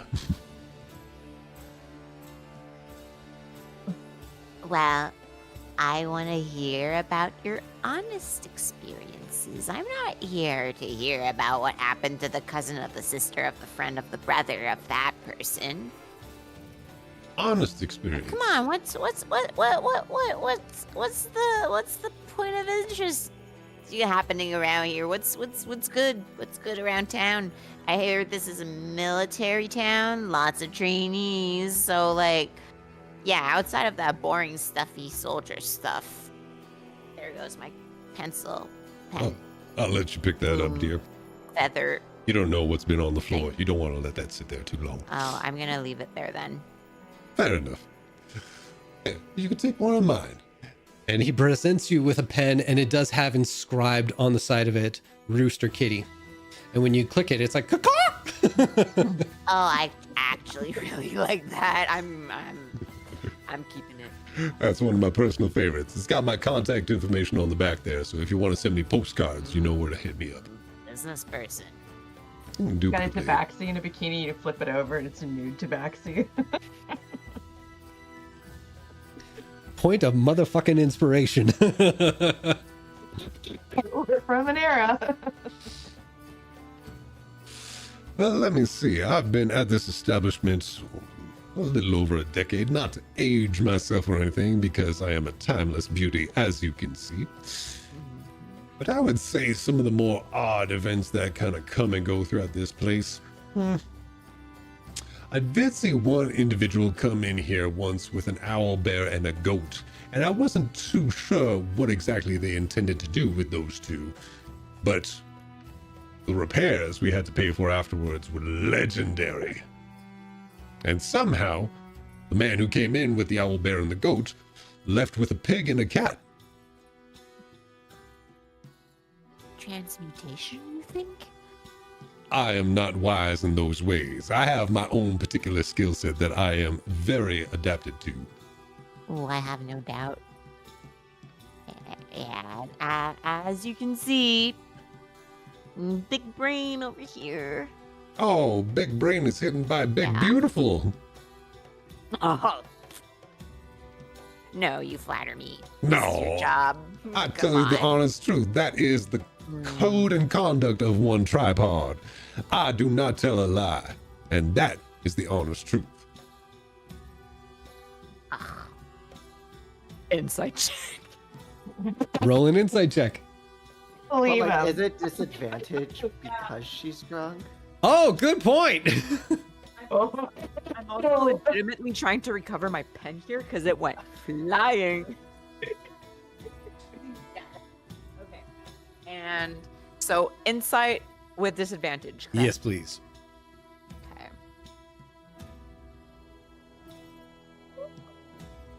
5. 5. The way I could have used my portent on this. You could if you want. Would you I be won't lie. able- It's No, getting to the I end of have- the day. But would it be able to I have face, to. or would it count for both? I don't know how portent die works in that place. I just say it replaces whatever the roll is. It replaces any attack roll, saving throw, or ability check made by me or a creature I can see with Yeah. one of my. Yeah. But also, I have to call it before the dice roll, so Okay. technically I can't use it anymore. Not a problem. Yeah.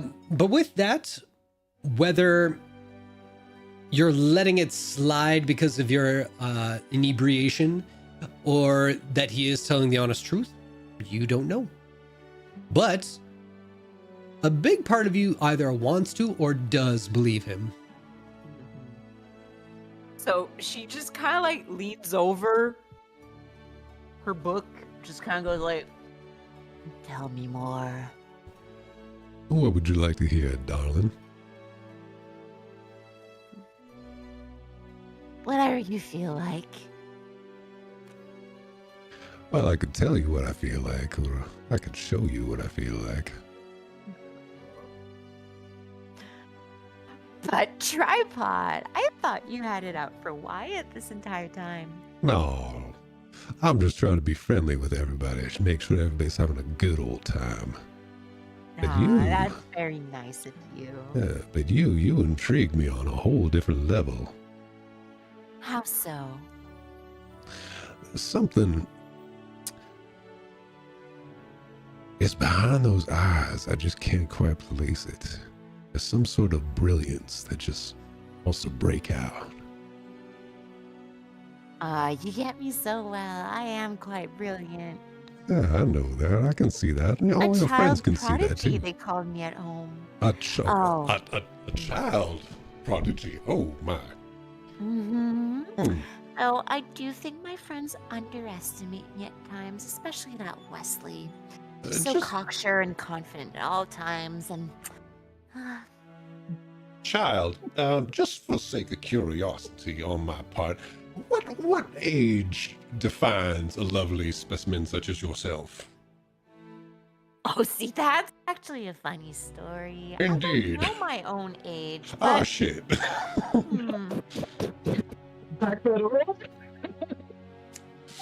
Tripod's just gonna tuck that back in. see,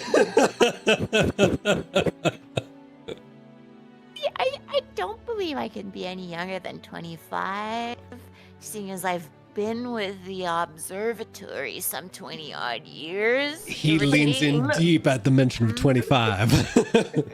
Let me just whip this out.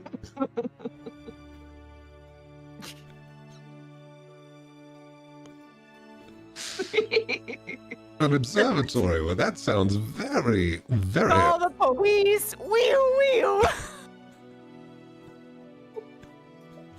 Are you drunk? Jason had a heart attack for a minute there because I didn't remember what age you were.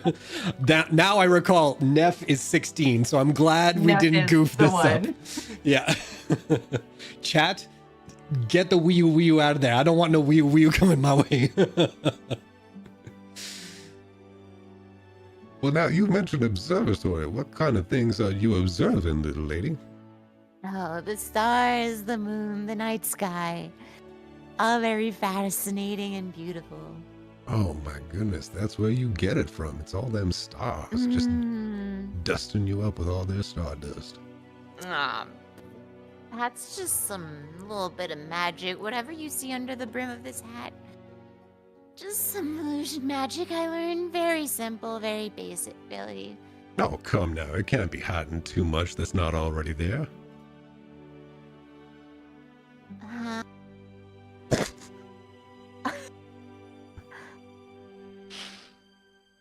So tell me about this observatory. If that's out there, why are you over here? Oh, I mean, I just figured I'd do something better with my time. You know, Well, what's better than that? 20-odd years. Just exploring, figuring out whatever is happening in small towns, you know. Just adventuring. One could say you're discovering the world, and at the same time, you're discovering yourself. Yes, exactly. Exactly. And how long you been doing this discovery? Sorry. A was fucking moan from the ambient sounds in my ear rents. Yeah, sorry, what was that? I kinda got distracted for a little bit there. No worries, baby. Mm-hmm. So what have you discovered so far in your new way of life? Well, there's all sorts of people out there for one. Young, eager owlins. Travel-worn, mustachioed mystery mans. And fish. So in this new way of life, you've met your friends.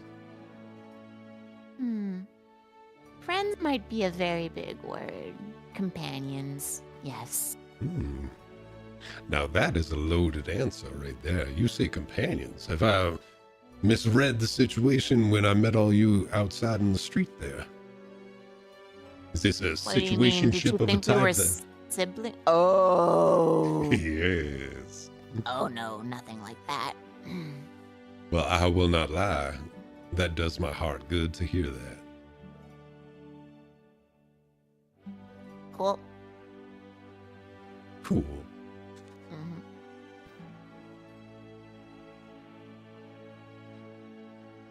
Oh, we're getting the fingers now. Yeah. All right. Yeah. Well, my dear, I recognize the signs and symptoms of somebody who needs some sleep. And as much as I would love to take this I night into don't the... get a lot of that, actually. Oh, do tell. Why is that? I like the Star Watch a lot. What do you now? Yeah. Comes with the observatory thing, you know, kind of it's in the name of the place. Well, We my observe dear, the stars. why Yeah. didn't you say so earlier? I offer the happened? tour of a lifetime. All you do is take Tripod's hand, and I will show you the starry skies like you have never seen before in this hemisphere. Really? Absolutely, darling. There's an observatory here? Yes, of a sort. Telescope? Oh, I believe we are fresh out of those. But out here, Oh. the skies are so open, you don't need no funky junk to get to see what's out there for all the stars to see. Really? You can beat the view of the sky from the Hearthstar Peaks? My dear, I have never partaken in no Hearthstar Speaks. I can't even speak the name. Hearthstar Peaks. I see now. You have made that abundantly clear. But I can say, I offer you a view of the stars from a different perspective, and that offers much knowledge and much enjoyment. Interesting.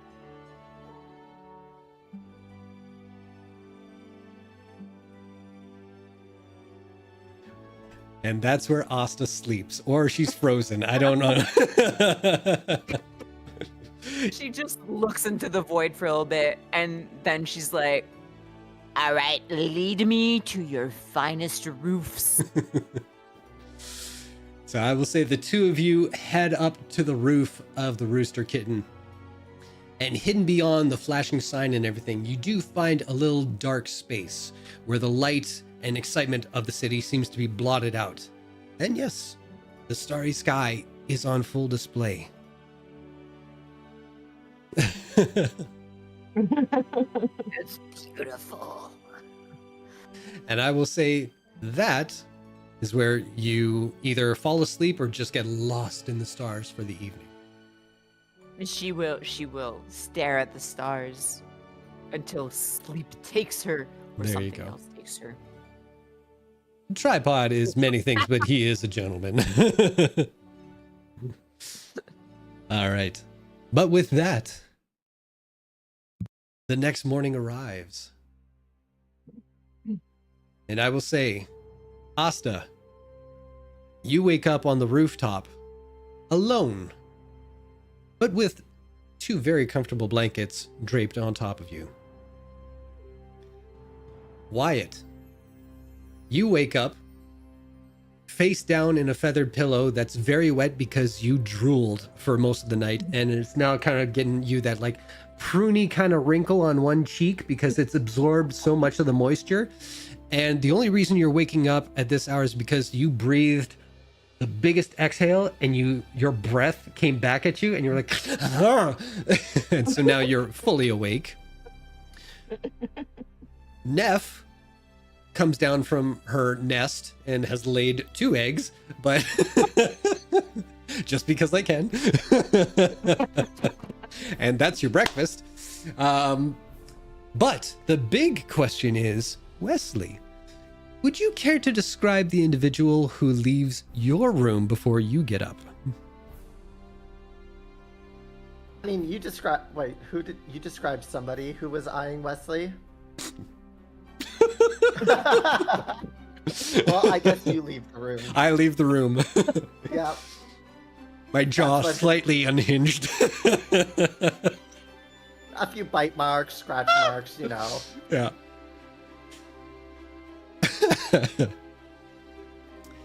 So eventually all 4 of you meet in the tavern area where you once spent most of the night last night.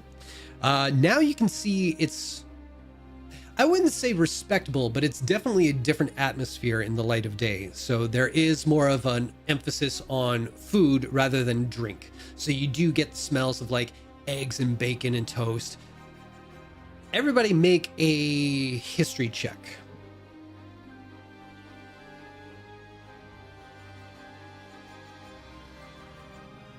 Oof. That was almost a nat 1, but it's a 25. Nice. Surprisingly enough, both Wyatt and Wesley, you're just like, food, food. Am I hungry? Am I gonna puke? I don't know, one of the two. But Asta, even though this may be one of the few times where you took part in drinking heavily in your experience, you, however, do know that there has been talk of like the makings of the proper hangover food. And as you smell in the smells that are being offered in this place, you recognize right away, there's a rhyme and a reason to what's going to be on the menu today. It's to take care of those kind of things that you wake up with the next day. So yeah. But the day is yours. What would you all like to do? Wesley has his like jacket over the back of the chair, sleeves rolled up, and you can see like bruises and scratch marks all over Wesley's arms. There's a bite mark on like the upper neck, like just underneath the neck and everything, or a few. Wesley's just there looking at everyone who's super hungover, like, morning. Wyatt's mustache is like completely like one side's totally up the side of his face. He drooled all over it. There's no way it's coming down unless he fully showers. And I don't think that's on the menu. I think Wesley, that's did you get into a fight yesterday? You look roughed up. Me. Oh, I man. got into a fight, all right. I mean, I could have thrown in, no problem. You just Definitely asked. wouldn't want you in on this fight. This is a fight without our clothing. And Oh, no safe word, actually. I'm impressed. oh, I see. Never What? mind. What? No, Come on. What's a safe word? Oh, it's a word that you wouldn't accidentally say to put a hard stop to whatever's happening. We chose pumpkin is what I tried to say there. It did not come out. Yeah, we chose pumpkin and never came up. So we didn't stop. Wow. There's a buffet. I'll be back. Grab me some eggs while you're over there. You got it, pumpkin. How are you feeling, Asta? Last I saw Asta- you had a rather interested woman leaning into you, and then at one point I believe I saw Tripod chatting you up when I was heading upstairs. So Asta's like got one of the blankets she was left in, like just wrapped around her, and like her usual like eye bags are much deeper this time. And she just goes like, I got to see the stars. I don't know if you mean that literally or if it's a sexual innuendo. Oh, very literally. But Asta's got it. Apparently not. She's got it. I mean, I don't know where the pretty lady went, but then suddenly she was replaced by Tripod. And for a moment there, I did try to ask him about unusual happenings going out in town because you got a very good mind, but You yeah. asked about unusual happenings while inside this building, expecting to get answers from I outside this building. specified stuff that I asked him to be honest about it and to none of the bullshit, none of the pimp. I'm a guy working at some fancy club, fancy burlesque boudoir Broth. that word. I'm very tired. Please excuse That me. would have been a good safety word. Brothel? Yeah, not gonna say it while you're there. I figured it'd be the opposite. You would say that a lot, considering this is the location you're in. Oh, I promise you much other different things are said. Mostly not words.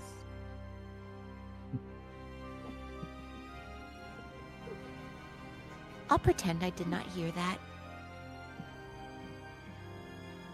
Thank God I have long sleeves on, eh? Wesley will pull his sleeves down. She's doing her very best to like keep looking at you in the eye right now. What And comes then, back like- with You were Oh. gonna expect me not to partake.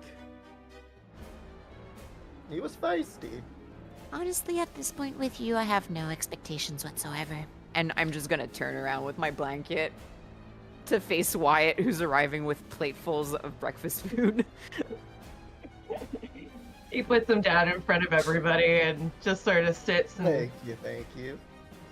looks down at his 2 eggs and sausage and has a moment where he thinks he might have wasted his life. Is there pepper? Oh, you don't want some mayonnaise to go with that sausage? Wyatt, That's what just happened to your dark. eyebrow? Oh shit, Oh, what shit. did happen to your eyebrow? And your mustache.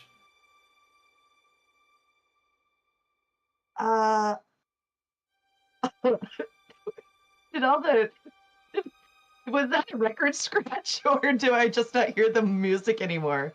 No, I switched it up because like the joyous like ooh wasn't really proper for the morning time. Like a record scratch. Yeah. Yeah. I just want to clarify too, your mustache is intact. I did not touch that Yes, shit. No, yeah, it's just mush. Okay. Yeah. There was mention that it is a little funky. It's shellacked. Wesley's kind of like, What were you up to? You're missing an eyebrow. Your mustache is funky. Like, what you hiding from us? Well, I mean, I'll be truthful with you, Wesley. There was a hole in the gents' room. I just had to, partake in it. For you. I mushed up my face against the side of the door. No, I'm fucking with you. Of course not. I slept on it wrong. And he pulls his hat down to like cover his Oh. eyebrow and starts eating. Oh, come on. Have to bring you back here later. No glory hole. Yet. Yeah. Yes, microblading. You need some work. But I that think you will need to do for the fucking- time being. Facial first. Get some moisture on that skin. Here I you mean, go. Like the spa facial. A virtually immortal creature bitching about how I am aging. Immortal. Don't you live like 1,000 years or something? Right, yes. Yeah. So, 1,000 years. yeah, keep your quips to yourself in the morning. Too old for that shit. You still got a bit of the drunken giggly.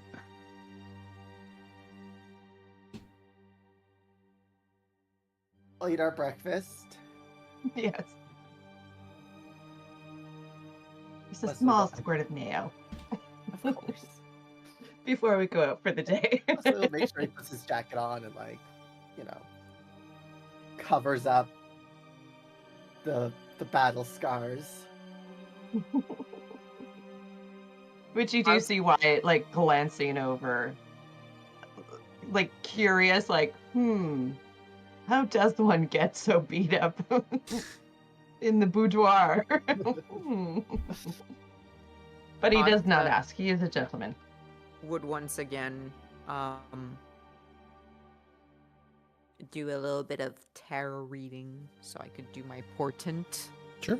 for the day. And I can't believe I wasted that nat 20. You're gonna get another one. Come on, tech issues gods. Oh god, I saw the Oh. 22. That's a nat 20 without... Hey! 2 and a nat 20. Like, that's a 20 without the 0, but then I got an actual nat 20, so I'll take it. Nice. Wow, this has been the third nat 20 I've rolled tonight, and that's like more than I've rolled in this entire like campaign thus far. Both so. of them. And that's it for the rest of the campaign. Yeah. Your luck run out after tonight. Oh, that's too great. All right, so meals are had. Everybody's together. What is the plan going forward? I guess the plan is What? to try to sniff out some information. So, I would see if we can start gathering some samples as we go, considering we don't really have any other lead to go off of from right now. Is Yeah, there let's an get- ashtray let's get with a like sample from outside Roost- here? You never know when you need to come back here in a hurry. I Well- got the pen. I will say Perfect. that when you guys are thinking about like, oh, samples and all that kind of stuff, you do recall you're not more than like 2 blocks from someplace that you did kind of teleport to. So you already have a Be nice sample to of teleport inside here. sometimes horny in a hurry. if you can't walk You 2 want to blocks. teleport into somebody. Oh, this got weird.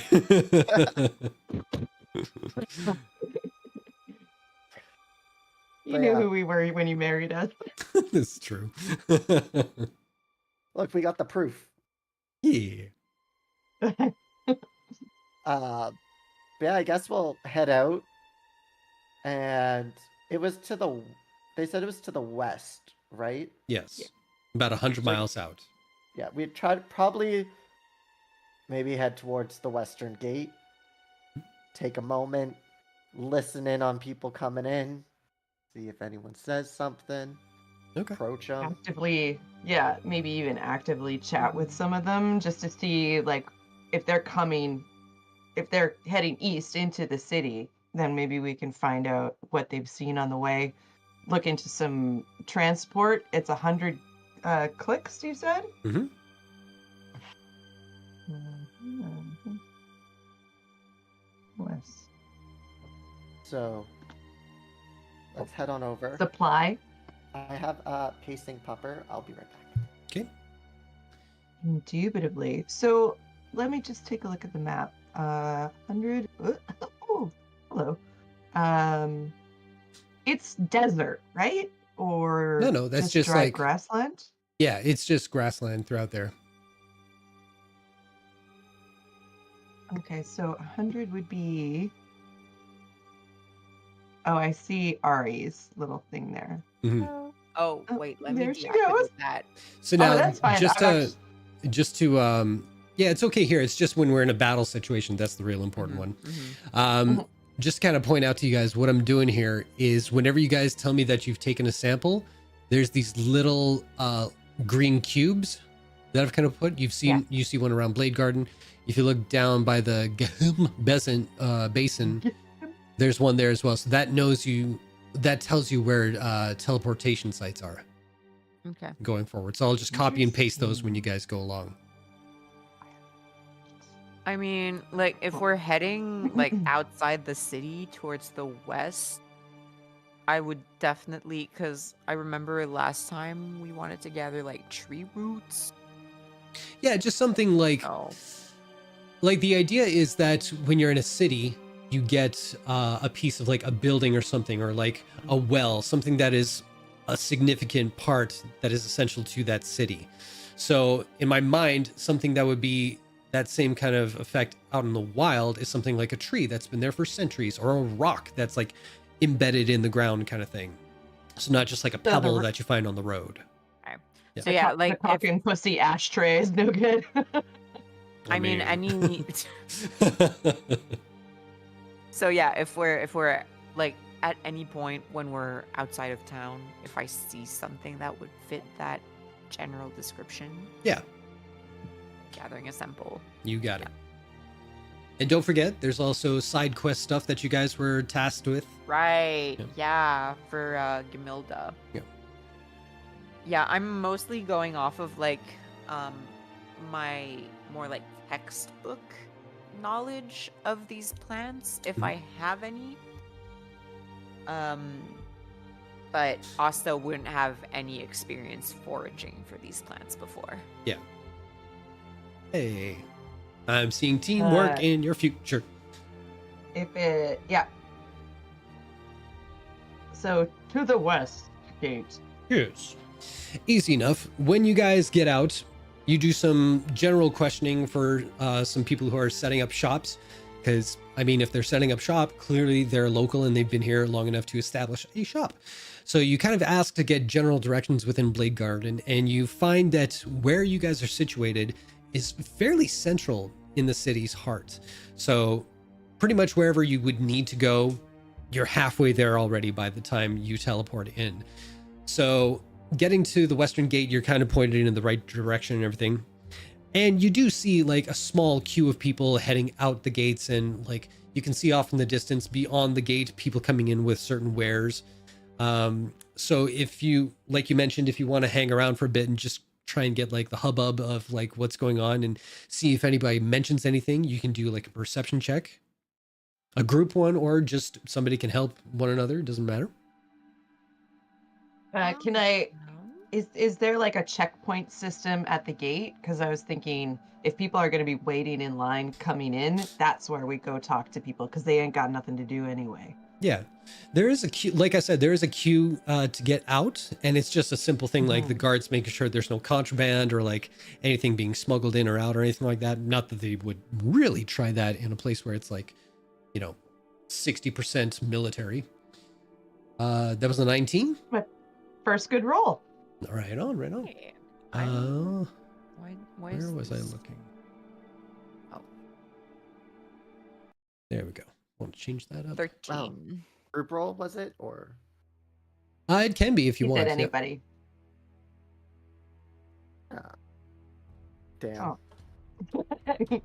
First bad roll of the game. Of the That's- campaign. Of the game, the whole thing.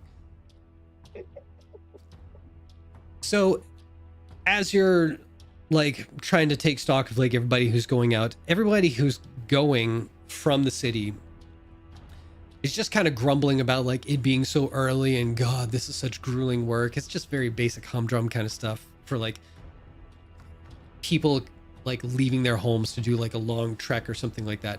You do get the occasional kind of snobbery of like, I'm going from the city to like the sticks, you know, kind of thing, but in general kind of stuff. Meanwhile, the people who are coming in, you see about 3 carts come in, and the first 2 kind of have that wide-eyed kind of look of like, oh, we're in the city. Oh my God, look at this, you know. And you do get one that is just kind of like the same city kind of vibe where it's like tired of like, these fucking city folk can't do this shit on their own, need a real man to do real work around here, you know. So, but you don't pick up on anything like whispers about strangeness on the road or anything like that. If you want to make a history check, wait, who all did a perception check? Everybody did. All of us. If you're proficient in history, make a roll. Yeah, Oh. that tracks.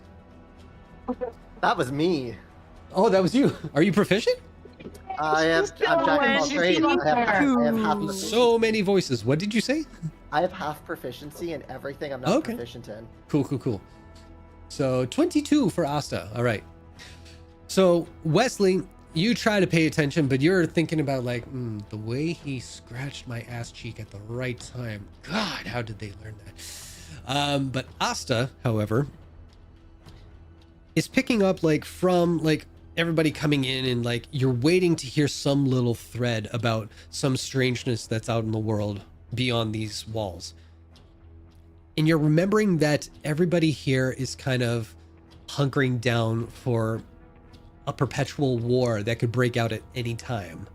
So any kind of strangeness is probably avoided by most people that's out there right now. Within the city, you're just kind of thinking about the city, and most people in the city aren't really concerned when an entire military is at your beck and call. So they're kind of living the life of luxury inside here. Outside, everybody is more, what's a good word for it? Confined.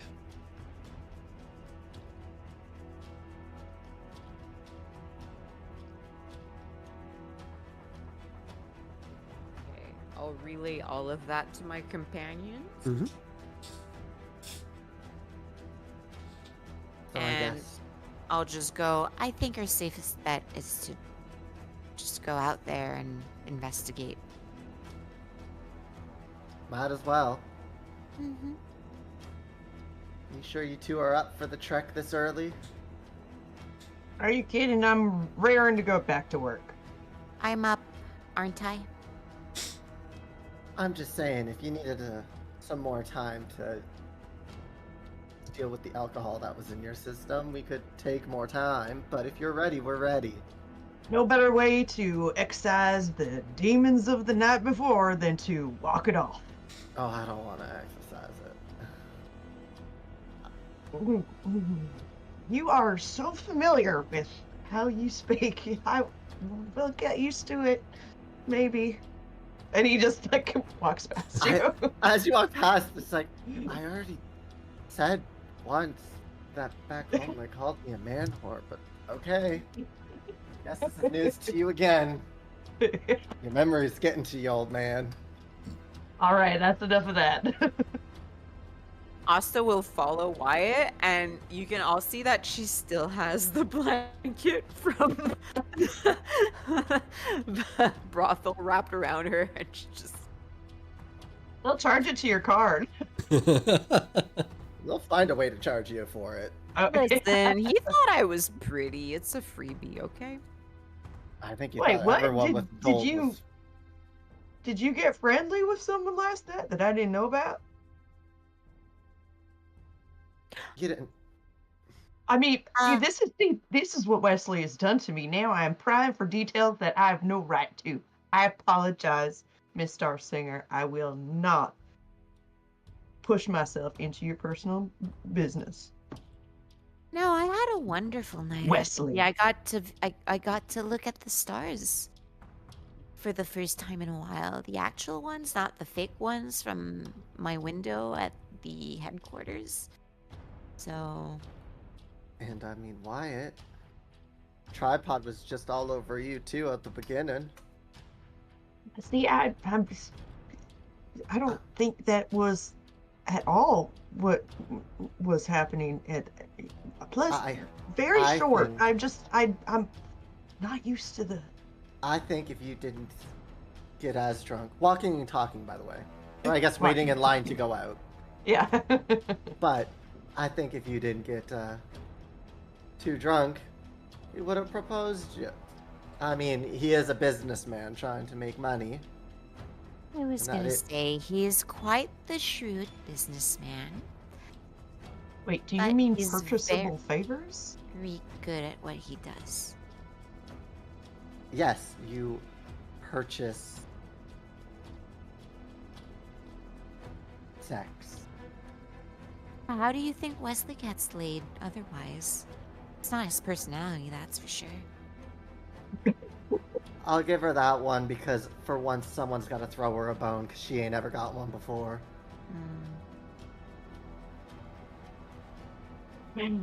Wyatt, when someone says someone gets a bone, it means dick. Oh, I was gonna say I'm not a dog, but Sure This look is- like a bitch to me. Oh, yeah, I'm sorry.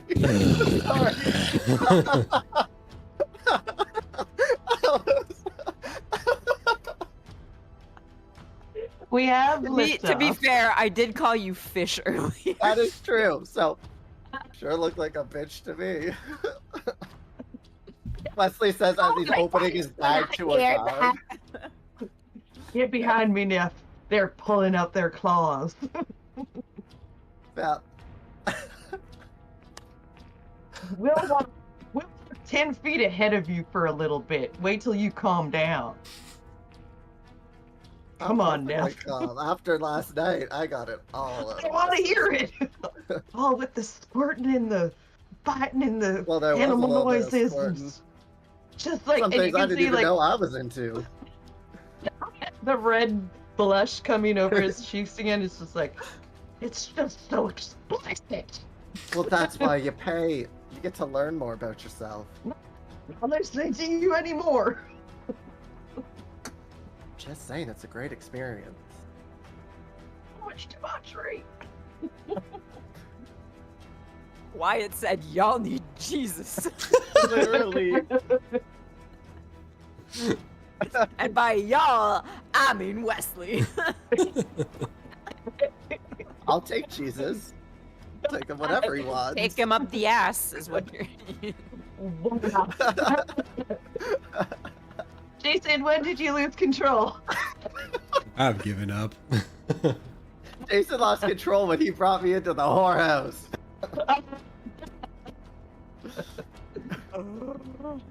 But yes, we'll go through security, show them our bags, let them see that we don't have anything that's inappropriate to bring out of the city, and off we go. Excellent. So at that point, you've realized that you forgot Neff. No, No, I'm Right, kidding. yeah. I'm Neff and I kidding. were gonna walk ahead. I'm totally kidding. All right. Well, with that, setting out from the western gate of Blade Garden, even after an hour or two of traveling the western road, you can still hear the battle cries of the soldiers in training behind its city walls. It's a haunting melody that emphasizes the landscape on either side of you. Hundreds upon hundreds of swords that have long rusted after years left buried in the ground mark the battlefields of years gone by. A reminder of how the city got its name. And one thing that most of you notice coming from Malboldor to this location where it's more of flat grasslands, you notice that your breath and your breathing is a little easier. The altitude has changed somewhat, and you feel like you're able to take in more of the smells of the surrounding area. Everything smells very earthy, very sort of like a dampness to it all. Like if you left laundry in the washing machine for a little too long, it has that kind of quality to it. And after about 20 miles or so, which is roughly about, we'll say 3.5 hours of travel, you hear someone kind of clopping up behind you, and you turn to look and you see just a farmer looking type who's kind of got a wagon full of like hay in the back. He just calls out to you guys. Hello, travelers. We seem to be heading the same way. If you want to take a load off and, you know, rest the dogs a bit, you can hop in the back of my wagon. I don't mind you taking for a spell. I would love to take a load off. Well, come on in. Plenty of room in the back there. Don't mind Bessie. She's a bit of a she's a pillow hog. I mean, literally, she is a hog. So. Is it I'm ox? in. And Leslie will hop in and just start giving pets to the pig. Jesus, I choked myself. Giggity. Is it oxen or horses pulling the cart? Sure. Oxen You're will asking for say. a reason. Yeah, asking for a reason. Wyatt's gonna take a look at the animals. He goes, "Are they in good health?" Yeah, reasonably so. I mean, like, they seem like they've got a few years on them, but yeah, nothing too bad. Oh, these fine beasts you got here. Oh, I thank see you. Wesley's already inspecting the other fine beasts in your back. Pardon their forwardness. We appreciate the ride. We're just heading west, you know, we're trying to find out if there's been any sort of unusual goings on, you know. You ever heard anything? I suppose the word I would be looking for is hinky. Hinky. Oh, that's an old word I haven't heard since my grandpappy's days. Well, I'll tell you what. Why don't you come How old sit is up? this man? What's that? I really can't hear you. What'd you say? How old is he? How old Oh. is he? How old is he? Older than you? Goody. Okay. You're not Continue. fighting the old man allegations. Well, seeing as you're the inquisitive sort, why don't you come sit up here with me and we'll talk a spell? I would be more than happy to. My name's Mr. White, and how may I address you? Well, hello, Mr. Wyatt. My name is Dougal. A pleasure to meet you, Dougal. This is Asta Starsinger and Wesley DeLeclaire. Hello to everyone. You've met Bessie. She's currently eating her ass. Sometimes you You gotta do said what you eating gotta her do. ass. That's what he's doing.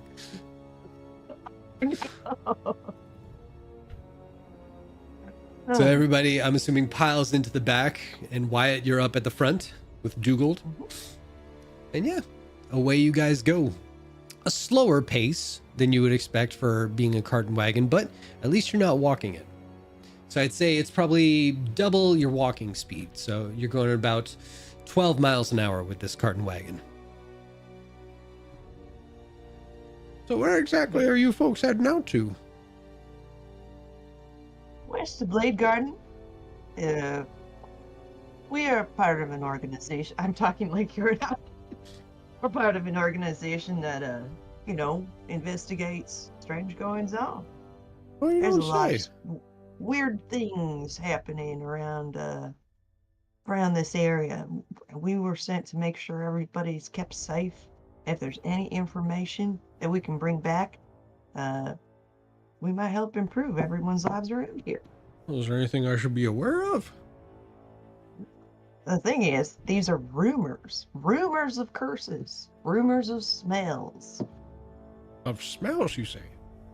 Yeah. I mean, That was like the first thing they said. I thought that was strange. There's like methane or like just a lot of cow shit? What kind of smells? We weren't given that particular idea, I but if it, go ahead, do- Wesley. Sorry. I do believe it was described as potentially from people as rotting vegetables or rotting meats. Was part of the description people have heard. Well, that's very Something's strange. just been left out for far too long.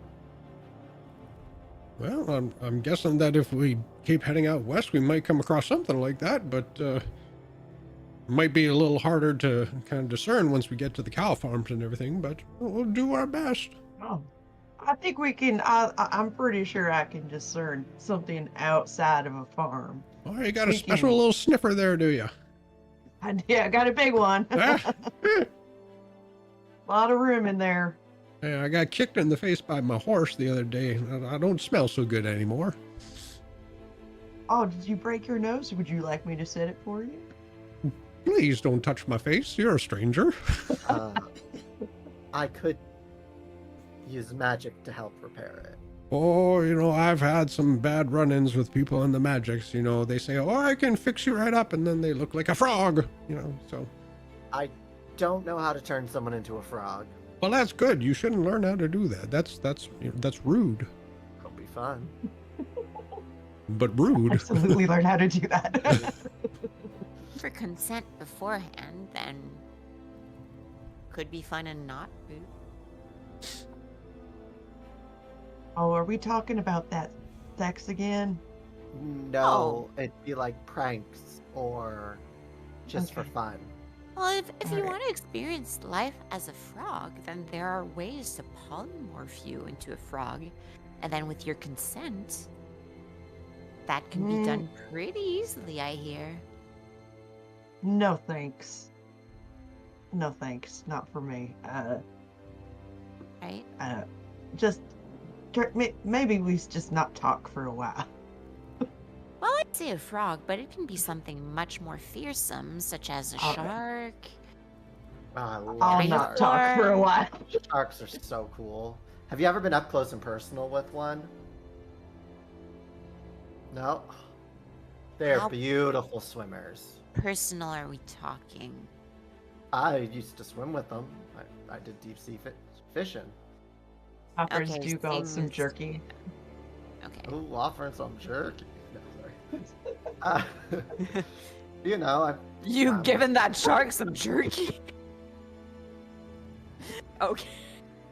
You try to play a pleasant man. then you let me play a bard. I love it.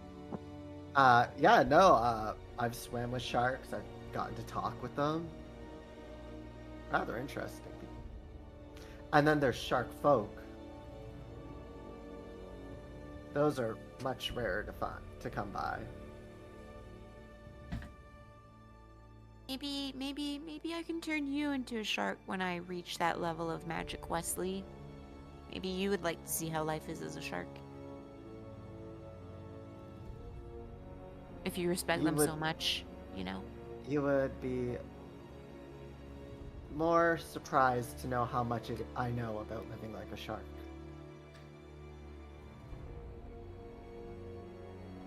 But hey, I'm all for learning more about them. There you go.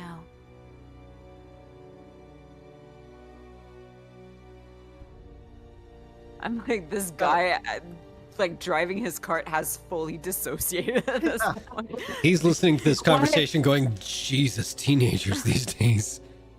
So Why is having a vampish. quiet conversation about the weep? Flattering. When do you till the soil around this time of year? What's a good time to plant squash? He's very thankful for the distraction to the other conversation. I'm like, yes, Yeah. soil. Pertinent question. What kind of animals you got around these parts for hunting? Are you in the market for something in particular? Well, we're just sort of living hand to mouth here out on the road, foraging and whatnot for food. Well, I mean, as long as you're not on, farmland, you don't want to take anybody's livestock or anything like Of that. course not. Of course not. I mean, you get your run Well- of like, Wild game, yeah. Wild game, yes, of course. You've got the birds and you've got the critters and everything, common stuff like that. There are some larger beasties once you get like to some of the more untamed land. They kind of pop up in between some of the acres here and there. But as to specifics, I mean, there's wolves and every kind of sorts, every kind of size. That's a big one. Bears, of course. You know, I've seen the odd owl bear, but I entertain my grandkids with that one. Well, you know how it is, you know, having kids of your own and such. But for the most part, nothing too uncommon, not that I've seen at least, you know. Again, are you looking for something in particular? Perhaps I could like point you in like general grounds that they kind of tread upon. Wyatt falls quiet and he just sort of shakes his head and crosses his arms and just leans back and he just lets the scenery move past. Okay, well, good talk, I guess. Kids of your own. Daddy Wyatt, eh? He's very stoic. Chuck is giggling right now. But theater of the mind, Wyatt is just... I have to correct you, sir. We're not his children. He's not that much older than us. Is that what he thought? I didn't make that connection. Me neither, but the driver's just like, I like okay, it, though. he really doesn't want to get into that conversation, so it's like, noted. This man's just regretting picking us up from the side of the road at this point. Between him listening to conversations that he doesn't want to be a part of and then saying things that apparently just shuts down individuals, he's like, I am not having a good day today. I should have listened to my fortune cookie.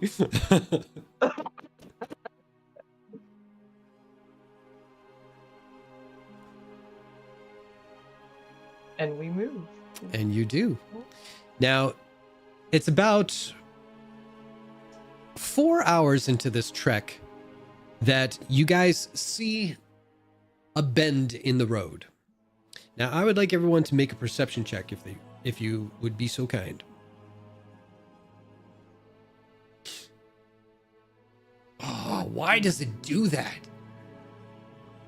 The people at home, you can't see this, but like every so often, like the dice will roll to like an epic number, and then just as if the dice gods just said, fuck you, it just turns over to a lower roll. It's terrible to Like see. real dice. Yeah. All right. So Wyatt, which works because you're up front and you're not bitching like the other two kids in the back. You notice as you're coming up to the bend in the road, slightly off to the left, there seems to be a secondary trail, like the road splits, but it's been grown over. But your perceptive kind of eyes notice that there are divots in the ground that seem to go off into a more westerly direction, even though this road that you're on is going more of a northwest. And it's when you ponder that,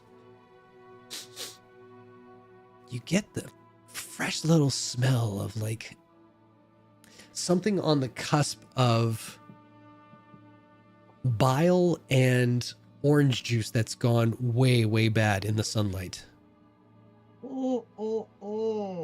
I love that that was so specific that all of you went like, oh, I know what that smells like. I've been there. I've been there. Yeah. God. You're welcome, chat. Is anybody actually throwing up right now? Well, I didn't want to do that. I don't want to be that good, but I would be rather impressed with Again. myself if that did it. Oh, feels so good, Mr. Stark. Oh, my heart. Wept openly in the theater. Oh. If only Wesley could disintegrate. Oh, okay. We're doing a thing. Hey, good friend, I think we're gonna hop off here. Oh, well, if you're sure, that's fine by me. He's looking at you as if it's Absolutely. coming from you. So you're like, probably good timing for you to just take your gas somewhere else. Yeah.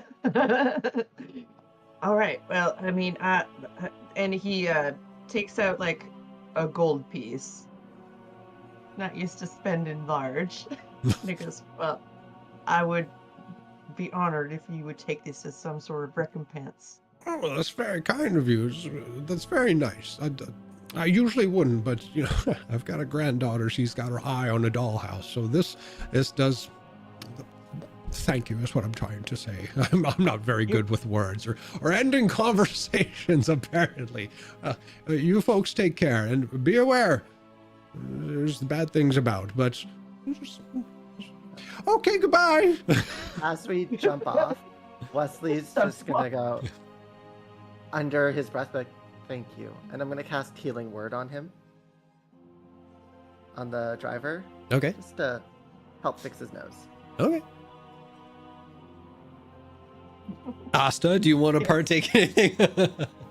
Screw good. this guy. She rolls off. She face All right. plants off. Yeah. So I'll As he say, drives away. Oh, go ahead. no, go ahead. As he drives away, Wyatt's like, you guys smell that? Unfortunately, yes. Now that you mention it, actually, I think we got ourselves a lead. All right, there is Gonna- an old track. pick up a rock And that's and be like, just to get us back here. absolutely. Oh, that Pop probably that in the- won't work. Actually, I'm sorry. Like what I was mentioning before is like just like things that are like casually along the road and everything like that, like stones that could be knocked down the road, anything like that. Probably not a good thing. But once you guys see a tree, or A once you guys landmark bed of down some for the night, kind. kind of thing, I'll say that is you'll be responsible for that for sure. But when it happens, we'll mark it on the map for you. Lovely. Yes. That's the road we're going down. I hope you guys don't mind long grass and ticks. I mind both of those, but we were brought on to do a job, I suppose. Tell you what, I'll go first. I'll flatten it down for you. Less chance of one of those bloodsuckers attaching themselves. Lead the way. Appreciated. I follow my nose. It always knows. All right. So let me just do some quick math here. Okay. So I would say you guys would get about 3 hours in before nighttime would be setting in, just from the travel and then walking on foot. Well, we could even say 4 hours in. But I will get whoever is proficient in either nature or survival to make a roll, please.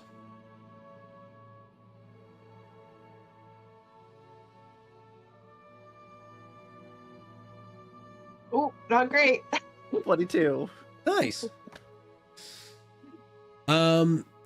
So as you're walking down this pathway, it takes a while for grass to grow this high. Like you can feel that there has been enough travel down this road with vehicles or just animals or by foot that it has made a sizable like dent in like the land itself. So it has been used, but the amount of growth, it hasn't been used for a long, long time. So just something that kind of perks up in the back of your head. Now, as to ticks and everything like that, oh yeah. So there's quite a few. Like there's the occasion where someone starts scratching and oh yeah, there's a few fleas there, get them off. And every so often, like you kind of stop and take stock, you know, take a water break and you see like just one on Asta's neck right there. You thought it was a mole, but it's got some like, you know, movement to it. So it's like, oh, take care of that. Hellish rebuke. God, that's fucking brilliant. Yeah. Very cool. So yeah, you do have to make the occasional pit stop to kind of feel the creepy crawlies come off your body a little bit. But eventually, night does come, and you have to find a spot to rest for the night.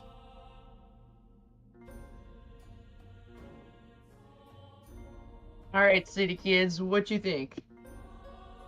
Where? Well, anything let you away choose. from the ticks, preferably. That's a good call. I'll rely on your expertise, Wyatt. Can you see anything that would maybe cover our backs that we could back up against in this area? It's a teaching moment.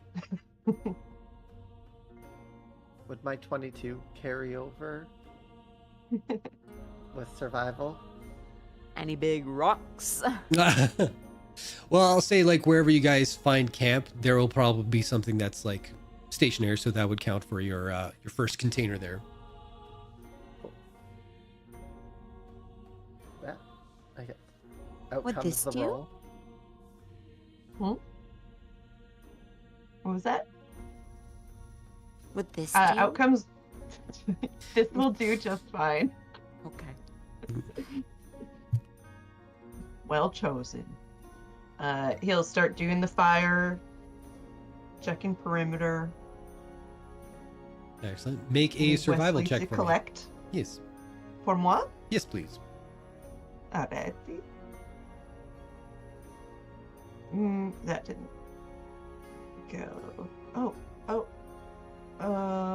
Okay. Go.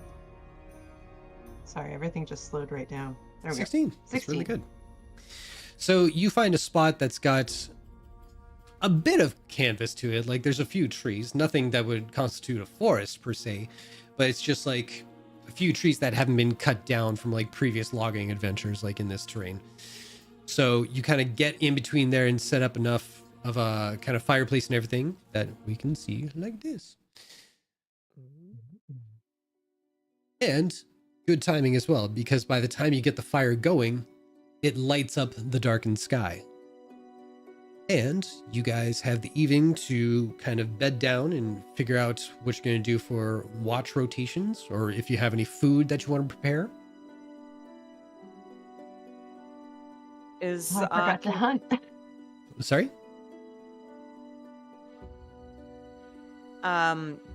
So Chuck said I forgot to hunt. I was gonna ask, can we still smell the stench? Oh, yeah. It's fairly heavy here.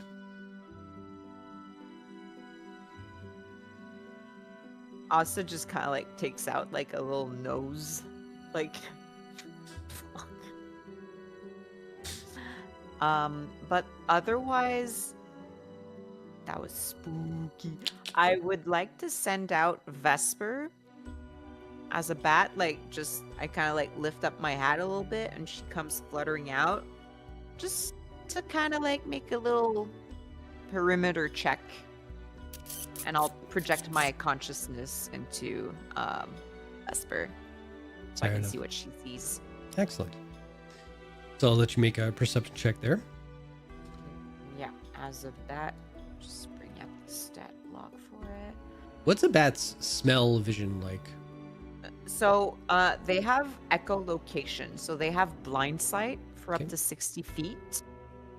And she has advantage on wisdom checks that rely on hearing. So perception checks that rely on hearing. Gotcha.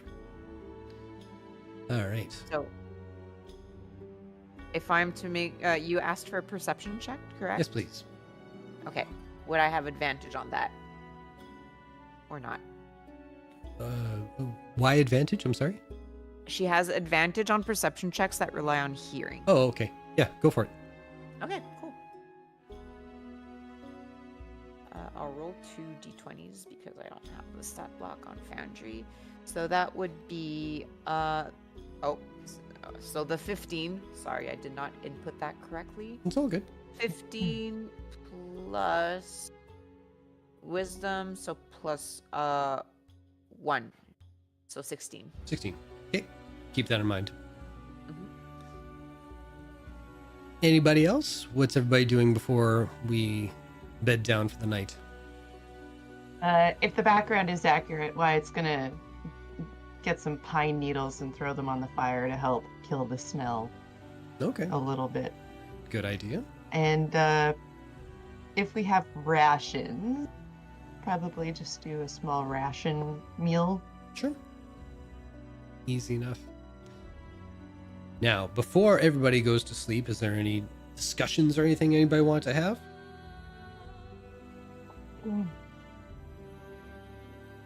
Why, it's pretty quiet. Yep. He keeps to himself, just staring into the fire.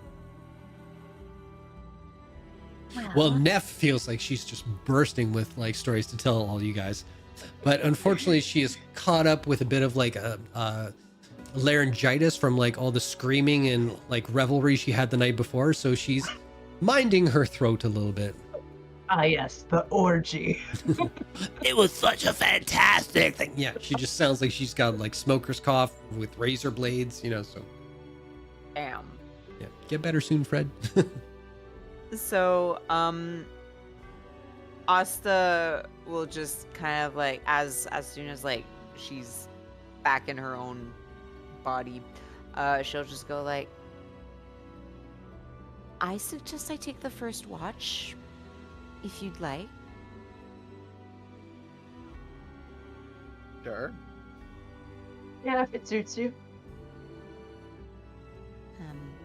Yeah, all right.